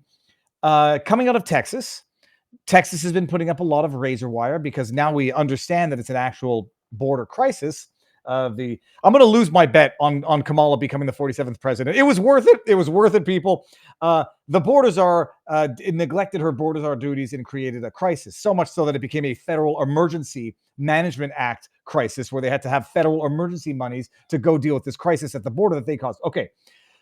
We had talked about this at length. Texas tried to do a bunch of things to secure its border. Federal court comes in and says, no, you can't put up a fence or a razor wire on the water. What was it? Idaho couldn't enforce no trespass against illegals. Texas recently was, I forget which way it went exactly, but was putting up barbed wire, chicken wire. Yeah, exactly. A wire in a wire around a particular area of Eagles Pass that was being particularly problematic for crossings. And the federal government, I'm going to shriek into my mic again. The federal government, Biden's federal government, sued to enjoin them to prevent them from doing it. And was it the federal court or the federal court of appeal that said they can put up barbed wire because it wasn't targeting illegals in particular? It wasn't dealing with federal immigration, but rather just securing their own borders. Field that while I go let this dog outside. Hold on, go for it. Yeah. Yeah, so Texas has been trying to do what they can to control the border ever since the Supreme Court decided about a decade ago or so in an Arizona case that the feds have exclusive control over immigration. States and local governments have been trying to figure out, well, how do we protect ourselves in that process? And the solution the Fifth Circuit came up with was, as long as you're not trying to directly overturn immigration law, you can always do things that would secure your property like anything else, like a security guard outside of a state park. So if you can do what's necessary to secure government property, you have all kinds of trespass taking place at a particular location, and that leads to further criminality and cost. You can put something there. There's no problem with that because that's not an immigration policy. That's not a labor policy. That's not any of those things. It's securing physical property in a manner traditionally done. So finally, the courts are laying out, coming up with a roadmap of what can you do at the local and state level when the federal government goes AWOL on borders. And I think it's because there's been so much blowback that even the courts are starting to walk back their hardline initial position that said the feds had 100% monopolistic control no matter what. Yeah, because this strikes me as being the motivated reasoning where they could just as easily have come to the opposite conclusion, citing precedent that we've talked about on this channel, that no, it's federal immigration, it's exclusive jurisdiction of the feds, and they will take care of it. And if they decide to catch and release, they'll do that. Whereas now they say, oh my goodness, Trump won, people are pissed, everyone acknowledges it's a crisis, so we can tweak our rationale and say, oh, this has nothing to do with federal immigration. It has to do with trespass laws. Which state was it? Was it Idaho that We talked about trespass laws, and I'm like, why Idaho? Because it's not even a border state. So it just seems like motivated reasoning. But Iowa, I think Iowa's the Iowa. Yeah, okay. I get mixed up between Iowa, Idaho, and Ohio for obvious reasons. So a great decision that almost is going to set out the precedent later on for other states to do the same thing, and Biden's getting replaced in 50 some odd days. And so it'll be the Trump administration not enjoining states from doing what the states need to do to protect their borders. Okay. There was that. Yeah, that was a big win. And it's starting to lay out a roadmap whereby governments can do this. So in the future, if you're worried at the local level about illegal immigration related issues, don't make it an illegal immigration issue. Make it a crime issue, safety issue, security issue, property issue, whatever, and treat it that way. And then you even if it has the impact of impacting immigration policy, what they're saying is that doesn't matter. If what you're doing is traditional non-immigration policy, the fact it impacts immigrants has no bearing on its legality. So there's a nice roadmap there that other states like Arizona and other ones can soon follow. And anybody's looking at the border counties, the biggest swing almost in American history is what has happened in West Texas between 2016 and 2024, where those working class Mexican American counties that get the brunt of all this immigration that Democrats thought they would love so much they would vote Democrat for forever, swung to Trump. Counties named after Mexican revolutionaries. Emiliano Zapata County voted for Trump. Starr County, Webb County. Some of these counties that, if you knew any of the political history, those are 90% Democratic counties back in the day. That's where LBJ got his extra ballots when he needed them from box 46. So or 46 votes, landslide Lyndon, as they called him, as a way to mock him and make fun of him. I guess we probably should have called Joe Biden that, landslide Joe. The 81 million Joe. But yeah, so big win for those that want to have some manageable issues with immigration and its fallout on local communities. Robert, the chat corrected me. Idaho is a border state, just with the northern border, the one that's shipping terrorists to America, not the southern border, which is also shipping terrorists to America, but apparently more coming from Canada than crossing the Mexican border side. When I had on Ezra Levant last week, and he dropped that stat that 4.9 million Canadians or 4.9 million people in Canada are foreigners with visas. And then I think we tangentially got onto the border crossing crisis, where for whatever the reason, a lot more people on terrorist watch lists are being nabbed trying to cross into the States from Canada than from Mexico. And one of the theories is that it has to do with the student visas being, handed out like cotton candy as of 2022. And so maybe there's an argument there that got to tighten up your borders up on the Canadian side as well. Okay. Actually, we probably should have segued into from the Bitcoin Jesus to the debanking. Mark Andreessen was on with Rogan this week, and he talked about something which we've talked about, but it doesn't get the large enough bullhorn that it deserves, which is the debanking. And we get some prominent examples of Canadians who have been debanked: Jeremy McKenzie, the truckers, etc. And Andreessen, is he an investor in Rumble? I don't know about Rumble. Let's see where he's an investor. He's a tech guy.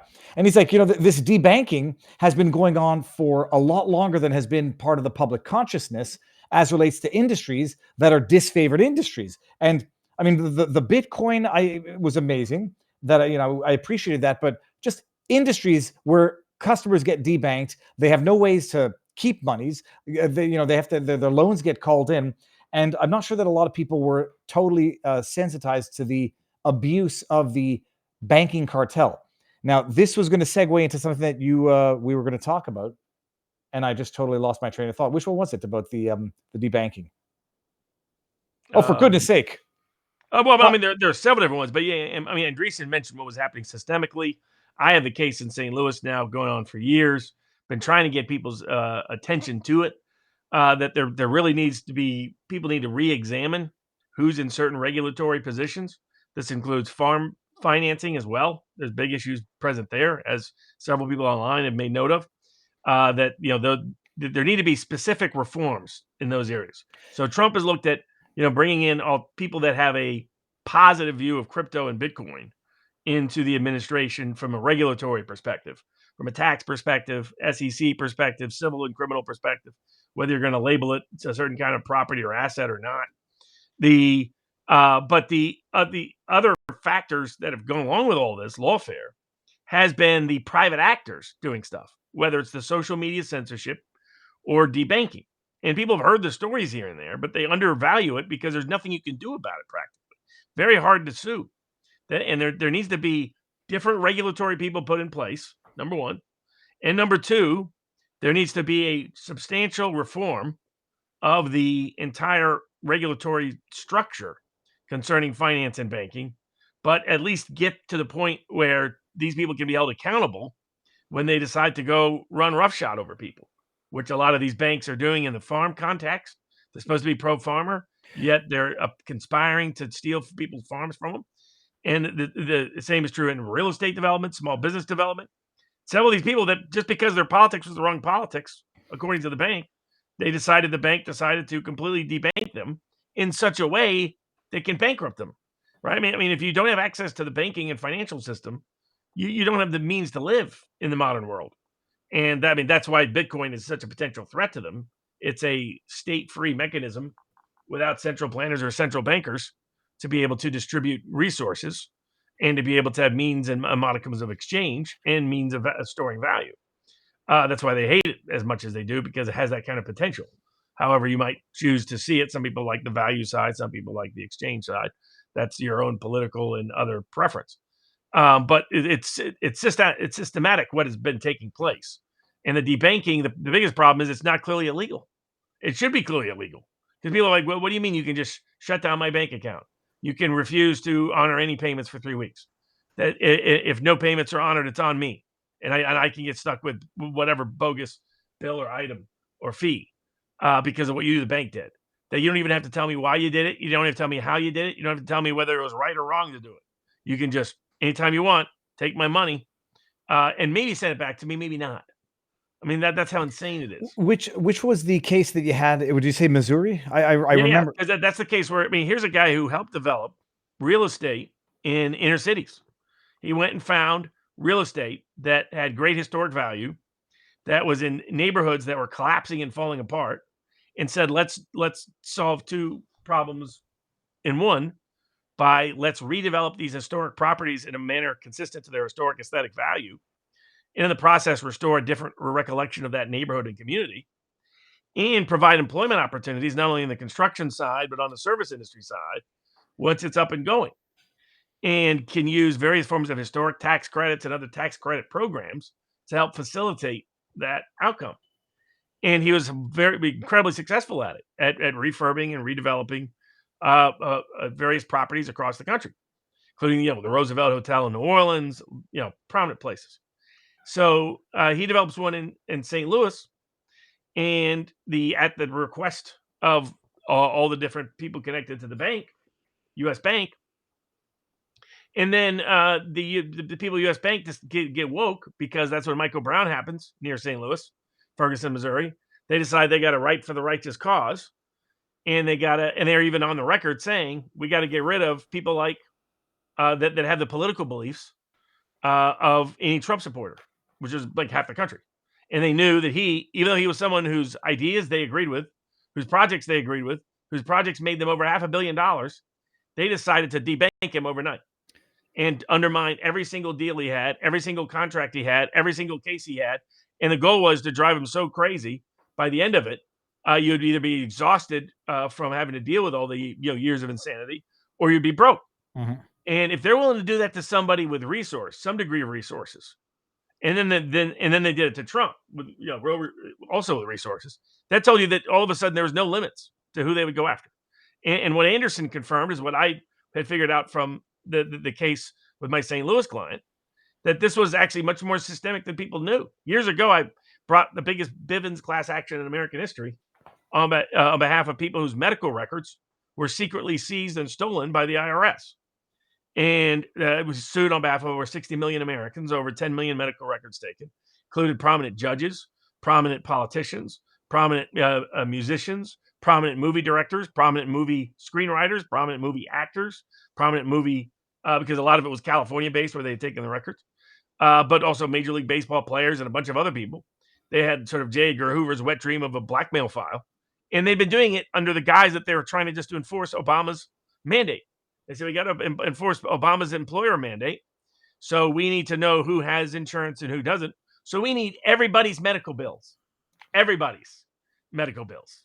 So and of course, those medical bills have very specific coding provisions, which can tell you, oh, this director is talking to this shrink over his foot obsession. Oh, this actor who just got bonded again has 4 undisclosed heart attacks. That's why he's missing this and this and that.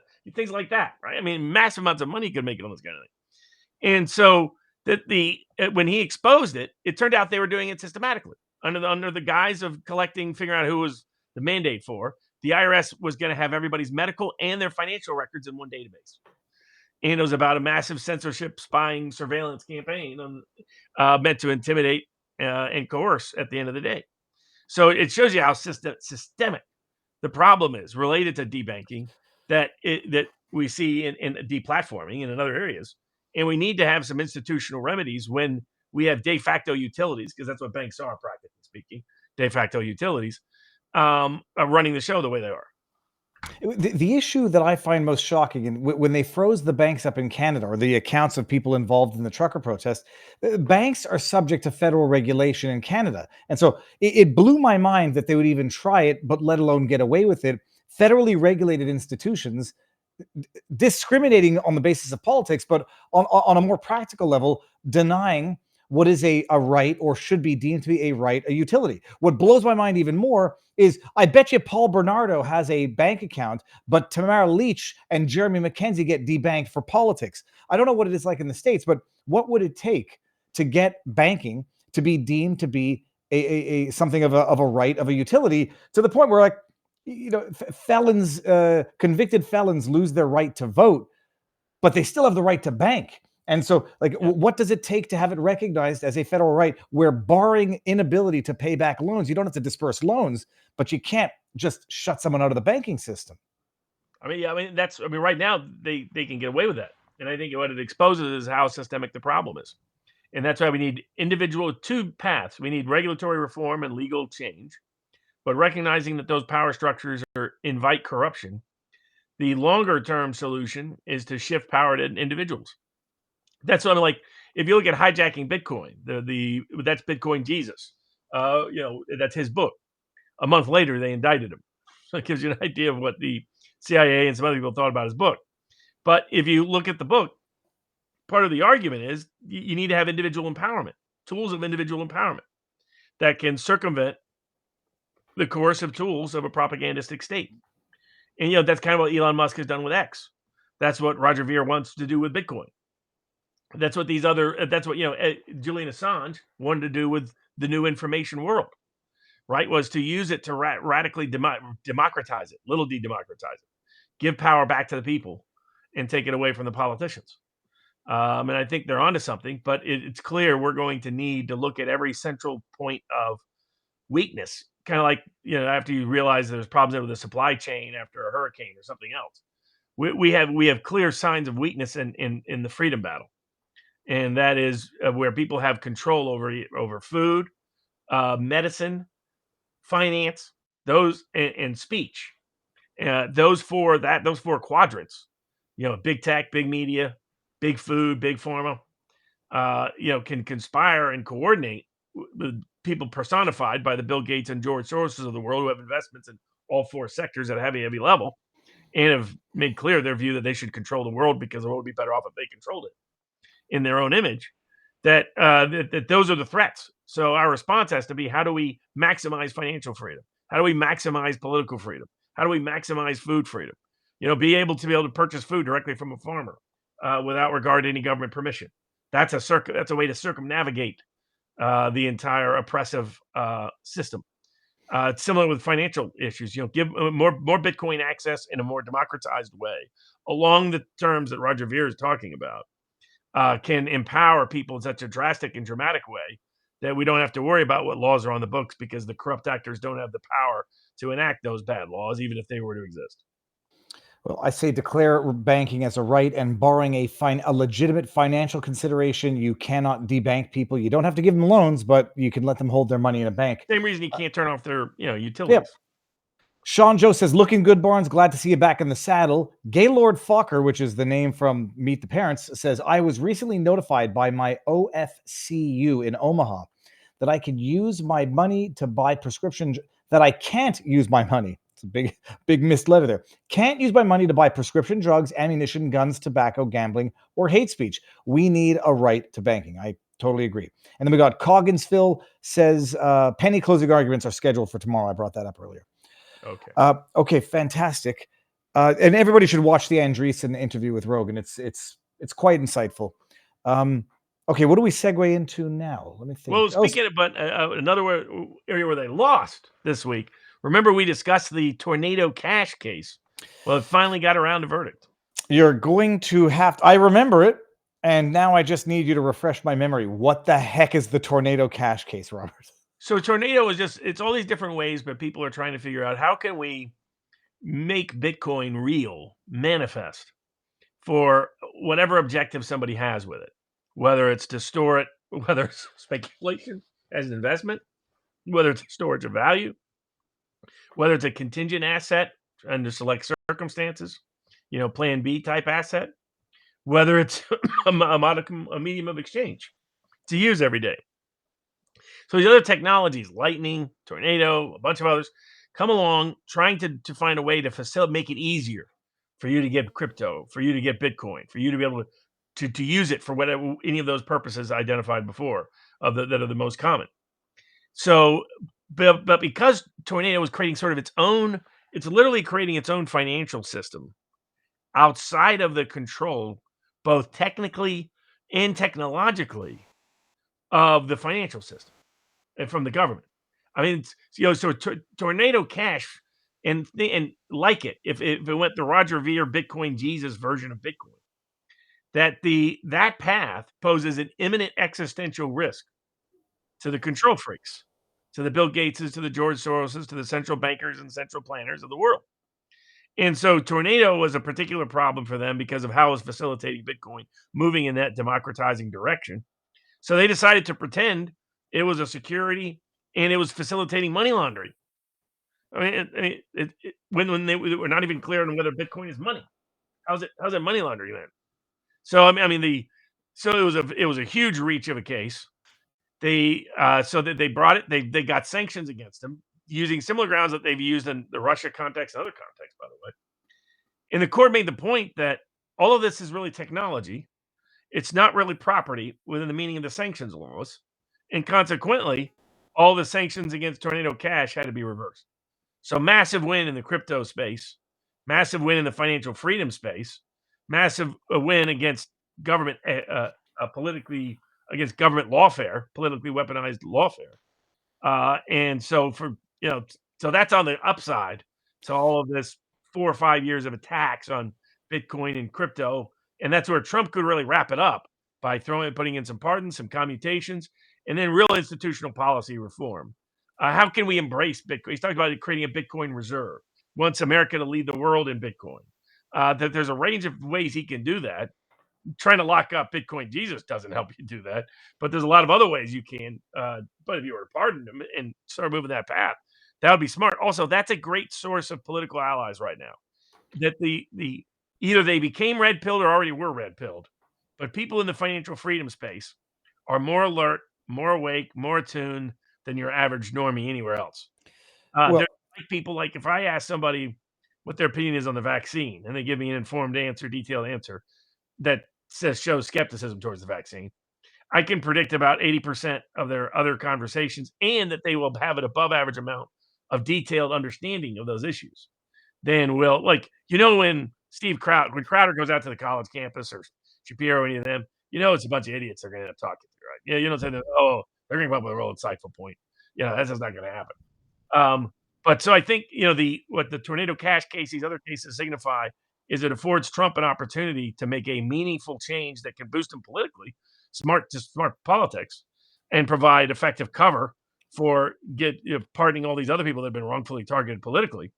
But it's also a powerful tool by which he could get further embraced by the crypto world around the world, and that's the reform element around the world, are those people connected to the crypto space. Well, coming back to, it should be declared a right. You got Epps, who says it's not just banking. We need a law that prohibits any government or corporation from denying service to anyone except for use of the service in commission of a crime. Individual plus regulatory COA course of action. Correction of action. I don't know what that means, actually. Also, no immunity of any sort from such claims. And we got Mitke says Biden will pardon his son per Tucker Carlson Network. It says, and if you don't want to be able to discriminate based on viewpoint, then just don't incorporate. Agreed. My question is, how does it financially benefit these banks in any way, shape, or form to do it? And I think the bottom line is it doesn't. It's ideologically driven. And then the question is, why is it ideologically driven? And that's going to bring us to Blackrock, I think, our topic of Robert, that was the best segue I've ever done in our 5 years of doing this show.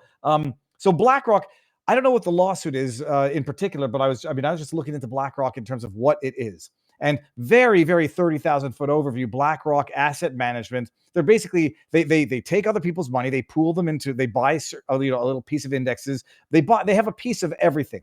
And it's an asset management firm, which in theory sounds good if they were to, represent or manage the assets of the people who then themselves have shares in public, corporations, which they don't. I forget where I was listening to it, but the stats as to what percentage of America owns what percentage of stocks it's lopsided is not the word. It's control, where you have an infinitesimal percentage that controls the majority of the voting shares, or the not necessarily the voting shares, but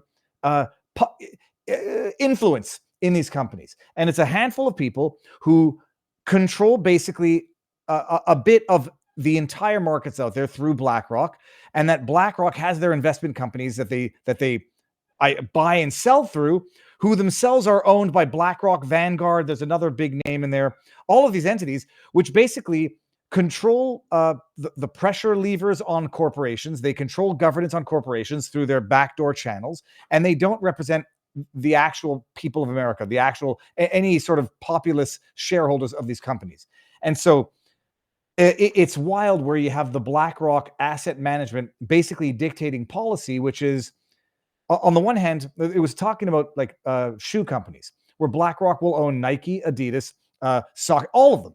And so there's, on the one hand, a monopoly in terms of driving up prices with no incentive for competition, because where BlackRock loses sales on Adidas, they'll make back on Nike. So it's like they're the house making the money on making profits on all of the money, but the money comes from the lowly people that is then sort of recycled, for lack of a better word, among the people that they represent, which is themselves at the end of the day. And so a monopoly on influence of public corporations through their power, their investment, and their leverage, which is sort of the explains how some of these companies do things which are fundamentally not in their economic best interest, but might be for other purposes of ESG and governance and whatever. Okay, long-winded answer as to BlackRock owning everything, having a piece in everything, having a piece in rebuilding Ukraine after it's done being destroyed through government policy. All right, so what is where are they going after this BlackRock for monopolistic practices?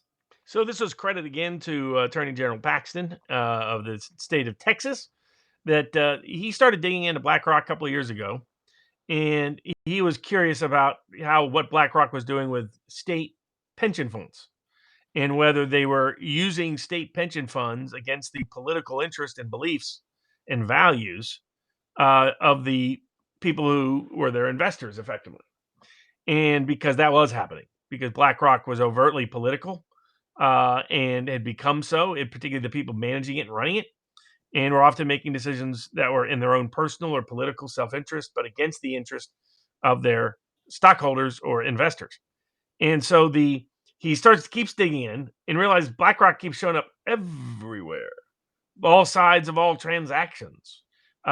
Different, like no matter what happens, they are going to end up on the plus side of a war, or conflict, or natural disaster.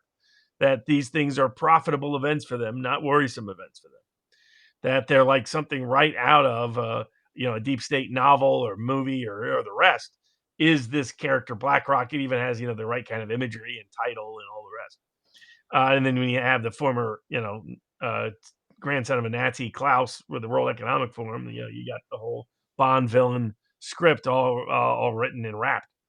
And so you dig in. Here's another example where what they do is they raised money to help coal mining and other forms of tapping into the natural mineral resource advantages of the United States. But what they're actually doing was behind the scenes using those stock shares to make policy choices that would make it very difficult for those companies to actually profit, because they were pushing various environmental nonsense, though selectively, on the West, because BlackRock's deeply invested in China. Right? That's how you know it's not ideological, right? Like if this was a Robert Kennedy company, right, and he just happens to be a hardcore environmentalist, he ain't investing a lot of money in China, right?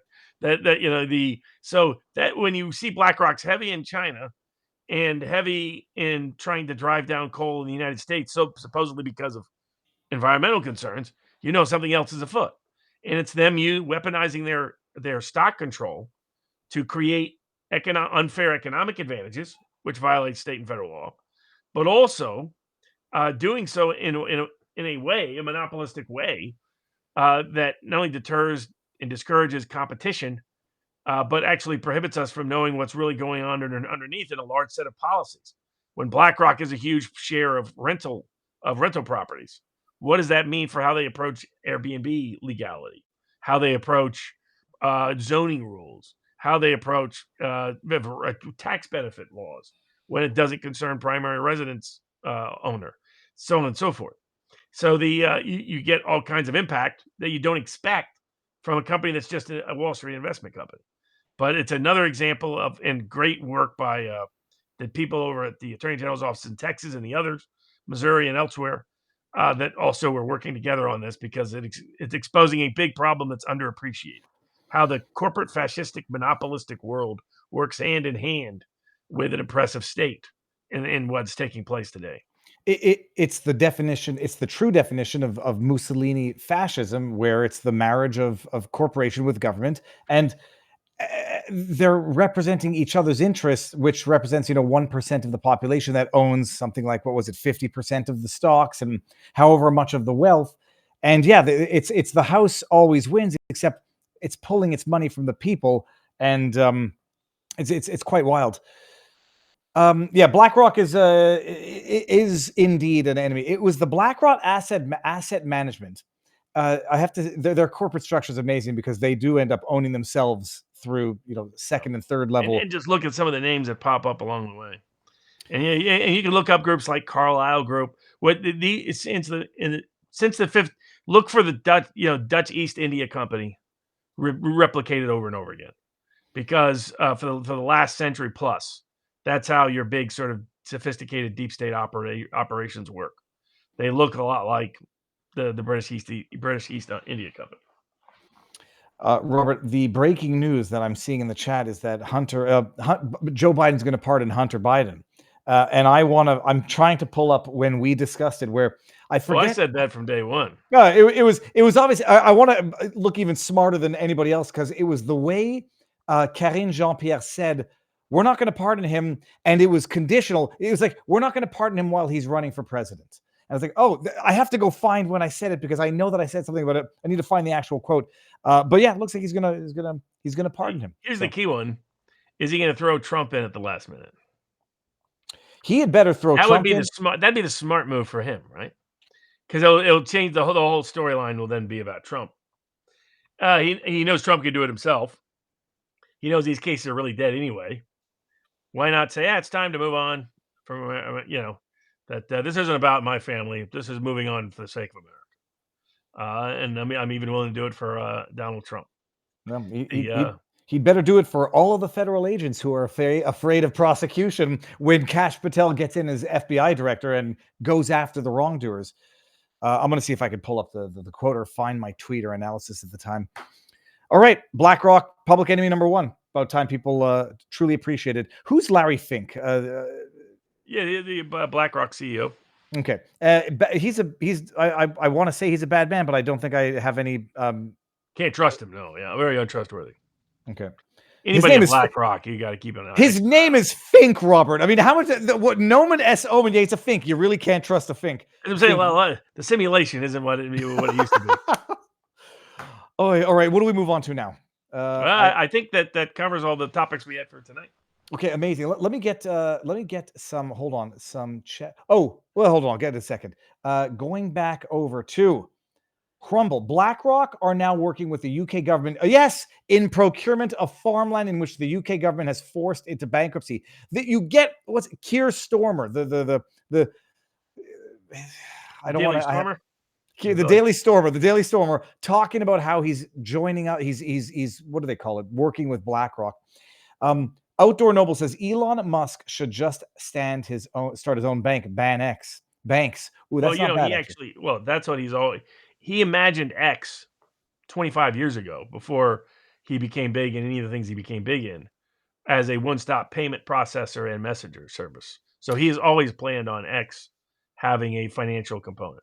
Yeah, well, you cannot call it banks with an X because I saw that as ban X first, which would be you don't want to ban X. Yeah. Gaylord Fokker says, question for Robert: are pardons required to be public, or can Biden hand them out in secret?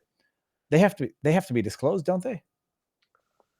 I mean, somebody's got to know that the person's been pardoned to not keep him in jail or arrest him or try to prosecute him. Okay. It has to be public at some level. How wide will Biden pardon be? As many crimes of Hunter. If I was Biden, I'd pardon anybody that might be mad at me that I didn't pardon them, and then throw in a bunch of Trump people to distract everybody. So throw in all the Russiagate, everybody, all the federal agents, so they don't have to worry. Say that anybody who did anything in the belief that this was to prevent foreign, I hereby pardon. Something like that. I don't think it'll go that far, but that would probably be a politically smart move on his part.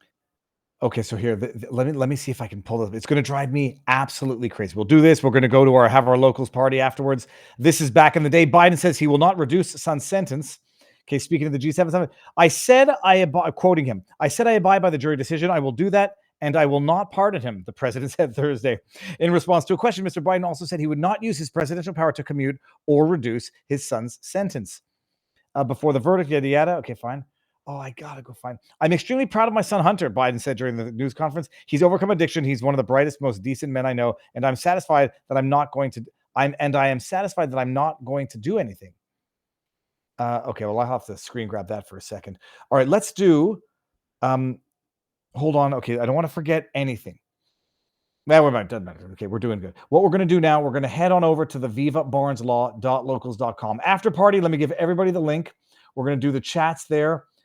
There was, Amdrum12 says, interesting group of people at Mar-a-Lago the past few days. The good, Musk and Rambo. The bad, Trudeau. The ugly, Zuckerberg. What have you heard about the meetings between the guys? Robert, you're more with the ear to the grindstone. I think that's the word. Okay, did we talk about Mika Brzezinski? Her father, Brzezinski. Bad man, from what I can surmise, or just neutral. I mean, saw himself as a brilliant Cold War, Kissinger type. Okay, that's how he saw himself as.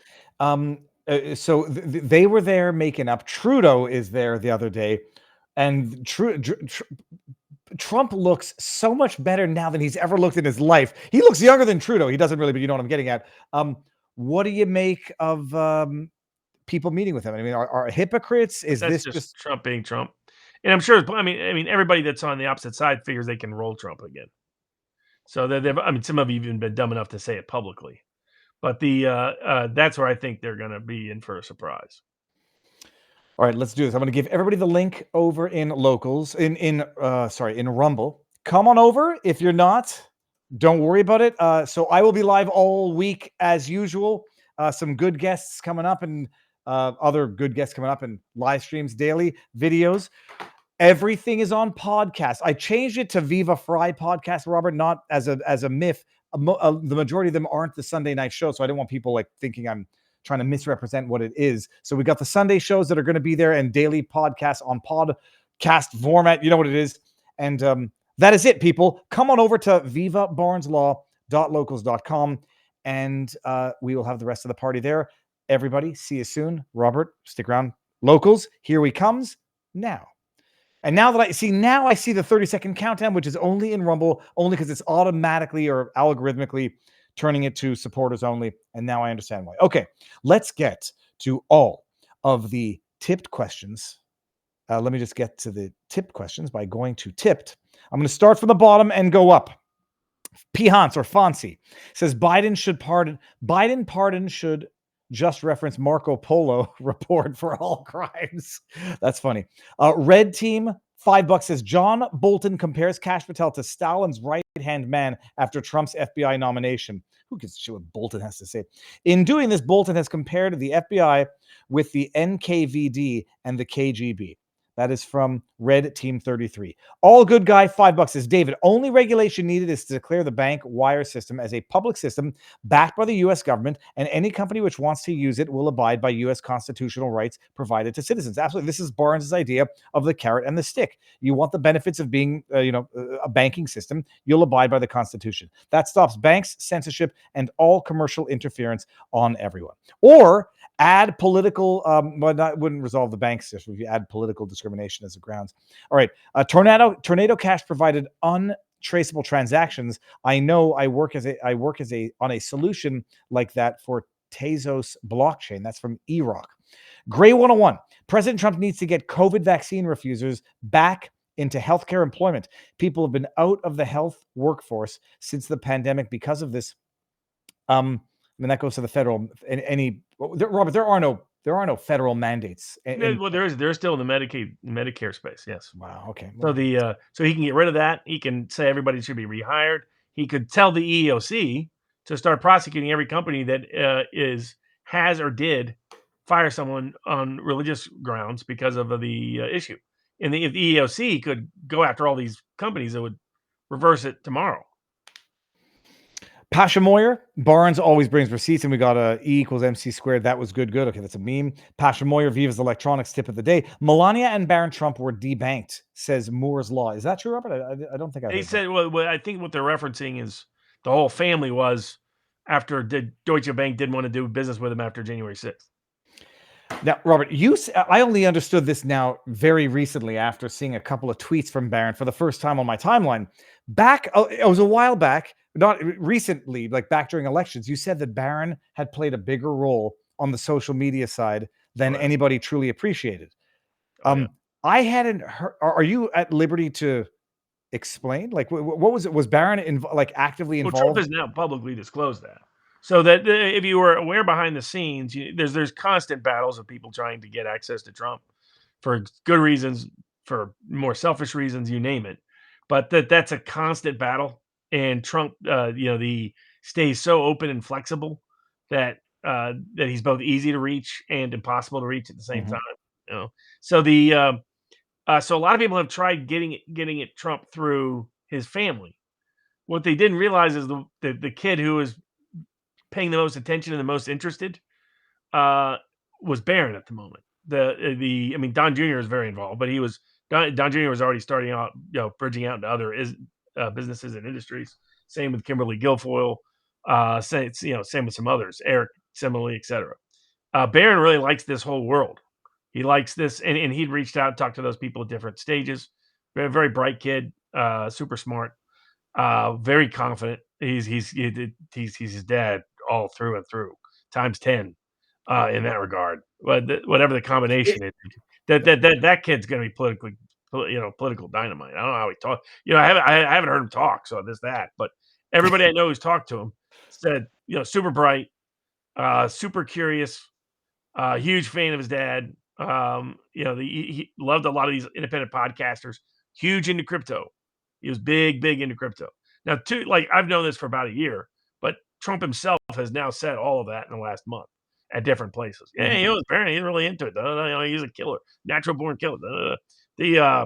But I think Trump was impressed by that though too. That his son was connected to it, invested in it, figured it out, could maneuver around it. So it doesn't surprise me that so Don Jr.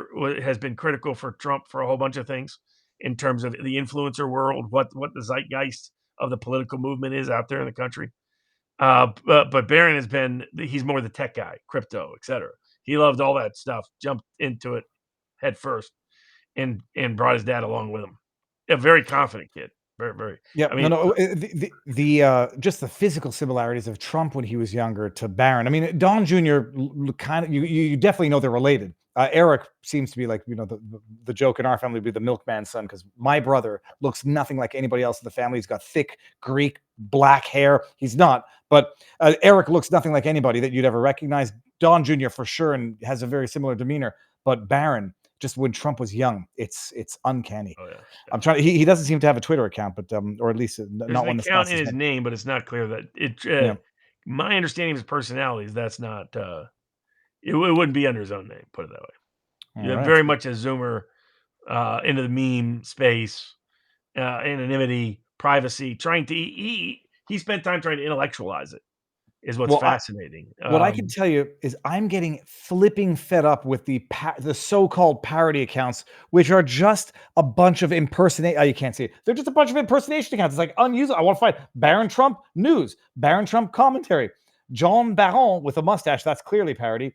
And then you got Barron X spaces. You got Barron Trump parody, Barron Trump parody. Okay.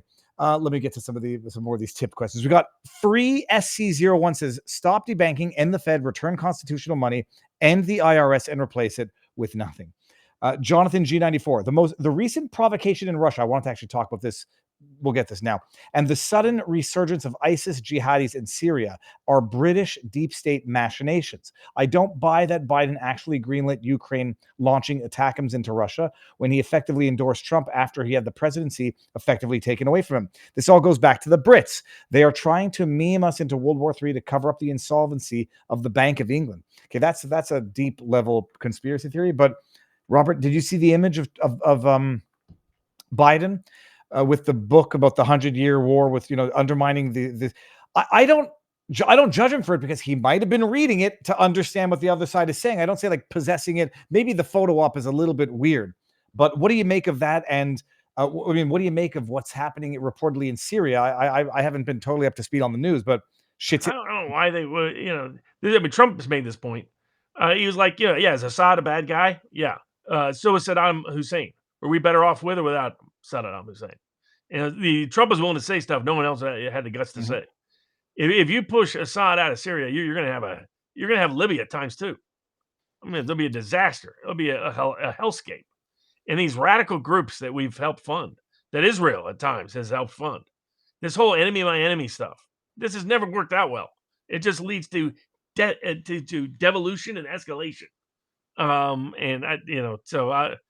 I think that what they're thinking is idiotic at the moment. But they're going to be going berserk. Their focal point, the deep state focal point, will probably be on Gabbard because of this, right? I mean, they hate her in particular because remember she went and visited Assad. It's like, look, I want to hear both sides. I want to see the whole story. I want to see the whole background. I mean, that was, I get you can get Ivanka to start crying, the drop of a whatever, but that was the fakest story on the planet. That whole Assad bombed his own people with chemical weapons on the eve of a success in his own village. It was like, come on, how dumb do you have to be to buy this nonsense? Is it widely accepted it was a false flag, or do people still stick to the official narrative? Here, I'm sure Congress, 95%, of course. No, that's what happened. Everybody knows that's what happened. They don't doubt it for a second. Anybody that's investigated it for 5 minutes concludes that it was clearly an inside event, that it was not, that it came from the terrorists, didn't come from Assad. But is Assad a nice guy? No. Do I want to live in Syria anytime soon? No. Do I want, is the world a safer place with Assad gone and Syria in a complete civil war? No. Look at Lebanon. Get Barnes talking about the tariffs and Justin flying down to Mar-a-Lago. Well, the tariffs, I mean, look, I don't have a problem with the tariffs. I think it's a good negotiation tool. I'm a big tariff fan. I bet old school. I mean, that's how we built America. It's called a successful industrial policy. Worked for Japan, worked for China, worked for the U.S., worked for the UK. It worked for everybody that's ever used it. Give me an example of a country that tried it and it failed. There really isn't an example. If you research. And I pull up the example. Oh, you're going to have $5 avocados if you impose tax. Like, or maybe it'll force California to deregulate the avocado production industry and make it for cheaper in America. It's like, oh, maybe there's a way that the market or government responds to tariffs if it actually. And there's some stuff that'll be more expensive. Like your T-shirt will be at $5 more, say, but I'd pay $20 more if I know it's made in the U.S. Not made with some 3-year-old kid in Vietnam. I now would scroll down to the bottom of all of these, of all of the tip questions. I'm declaring Keir Starmer's nickname Queer Stormtrooper. That's all good, guy. That's not bad, actually. Yeah, that's actually that's very appropriate. Yeah. And if somebody says, "Oh, you're being politically incorrect," no, I'm supporting him for that basis. Well, it's amazing. They say they take it as an insult. If it's not an insult, it's not an insult. I mean, I'm okay. So that was quick.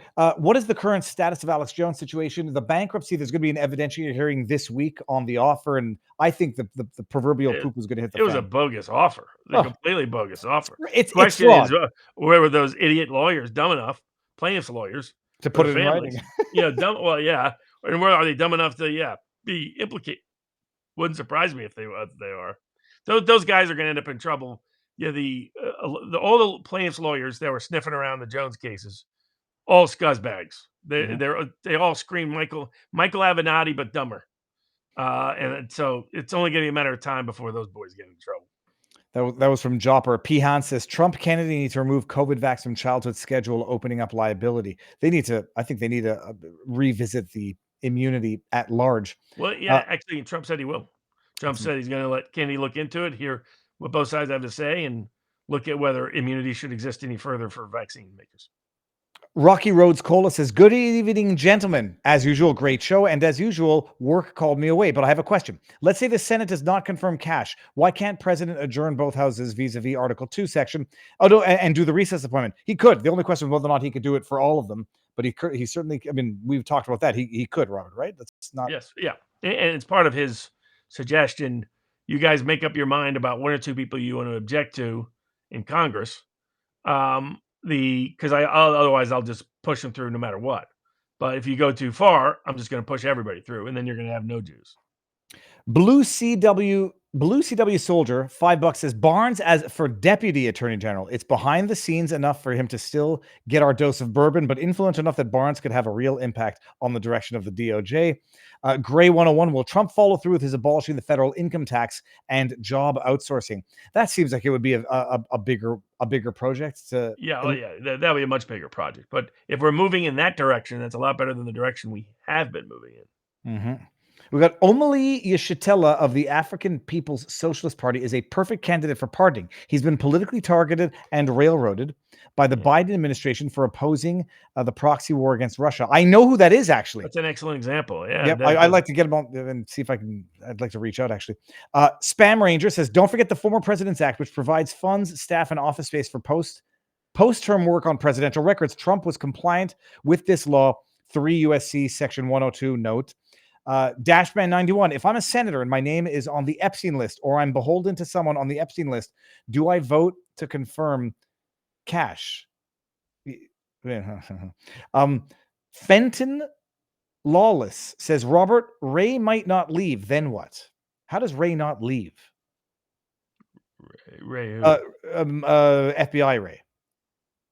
I mean, well, his term is up at some point. And it's pretty rare they try to fight that. Who was it, though? The Fed guy who could also just be fired, just like Comey was fired. What about the Fed guy, the head of the Federal Reserve, who said asked if Trump tells him to step down? Because it's an independent commission, and so you got limits as to when you can get rid of him and when you can't. Okay. According to Mark Andreessen, Elizabeth Warren runs CFPB, Consumer Financial Protection Bureau, that is really an independent agency that answers to her to go after PEPs, politically exposed persons, in order to debank them, decredit them. Nearly all independent cryptocurrency startups were squashed to protect the banks. Warren is running a department that shouldn't exist. It needs to be abolished ASAP, says Andreessen. Then we got USMC Burroughs, not prosecuting due to policy when president, but ignoring it within 60 days of election. Oh, that's about the Trump federal prosecution. Are we just going to keep pretending that Mark Andreessen didn't point out on Joe Rogan that there are 400 plus federal regulatory agencies, and several of them exist solely as personnel cudgels for politically powerful people like Senator Dance with bullshit. Oh, that's what's her face, who regularly use them against people and businesses they don't like. He said it during the part when he was talking about debanking people. Yeah, I think the world picked up on that. And then we got Caitlin Long has some great ideas on what needs to be done to address debanking, posted on X. Let me screen grab that. And I think I've got to the top of the tipped questions. So let me go back all the way to the bottom, and then we'll go to the side here. Tried to send this on Rumble, couldn't work on the payment. This is from the RR Don. What in the Constitution is the federal government given? Okay, where in the Constitution is the federal government given any police power? Isn't police power reserved to the states constitutionally? Robert? The general police power, yes, that's correct.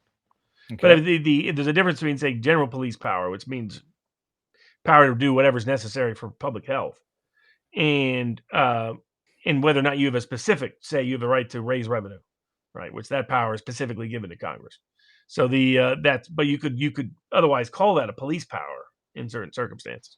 So it depends on what you're referencing, but basically the general premise has been that the federal government is a government of limited, discrete authorizations in ways that local and state government is not. Great 101. Was Gates' withdrawal from the Trump team, was it from the Trump team or an independent decision? It showed weakness to the accusers. Wait for tomorrow. Robert, you're mildly familiar with the theory that Matt Gaetz was the victim of a extortion ring? Well, yeah, I said so at the time 2 years ago when it first came out. I'm sure I have to see things. There's so much. I can't possibly go back and find it, but I know that we talked about it because I know that because remember he was on briefly with Tucker, and he was trying to get Tucker, and Tucker was thrown off by how he acted, and so that made its own controversy. And I was just pointing out it was obvious what was happening. They were trying to take him out, and that this was a bogus scandal to try to achieve it. And once he didn't run for state office, ultimately the only criminals were the people trying to extort his family, not him. And there's an angle of pardons to this. I'm going to get into it with Mel tomorrow. It's going to be fantastic. Now I know that I'm at the top of the tipped questions because I remember seeing this one at first. Barnes, what are the prospects of the case against Amos Miller being dropped in Pennsylvania now that the Attorney General flipped from Dem to Republican? Is that a prospect, Robert? A honest Attorney General would drop the case, absolutely. But we'll find out what this Attorney General does. Jonathan G94, Keith Kellogg is an awful pick for peace envoy to Ukraine. He has been wrong on everything Ukraine conflict related since the start of the war, and his suggested peace plan is a non-starter to say the least. You don't have to worry about that because that guy is just a suit in a general's outfit. Both Trump and Putin know what needs to be done to get the deal done, and it's what cover story do they both come up with to get to that bottom line. So that's all that. But Trump's going to get out one way or the other. So I wouldn't fret too much over that particular person. Because this is a situation where Trump doesn't need somebody to figure out to be a good negotiator. He doesn't need that because Putin's fine on his own accord, and they both know what's necessary to do a deal, and it'll just be the cover story to sell it back home. We got Bill Brown says, I do not want to see libtards happy. And then I have to bring this one up because I thought this was a real gator for a second, but I think it's still it's the same statue that my kid was in. Yeah, that's not a real gator, people, but my goodness, Gatorland is amazing. Okay, Robert, I think we've gotten to everything. And right. Let me see here. Escape. Let me see here, going down a little bit. Looking much better today, Old Bean, says Bill Brown.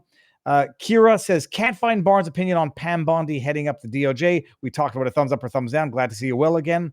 Odino of the North. Odin of the North, $5. What's the deal with Daniel Penny? Does he have a chance to get off this week? He better. He should be acquitted, but I don't know how that jury got picked. And then we got Bender is great, says, hey guys, my Etsy is locked seemingly because I updated my credentials while in a different state, and now Etsy thinks my account was hacked. I have been caught trying to get it.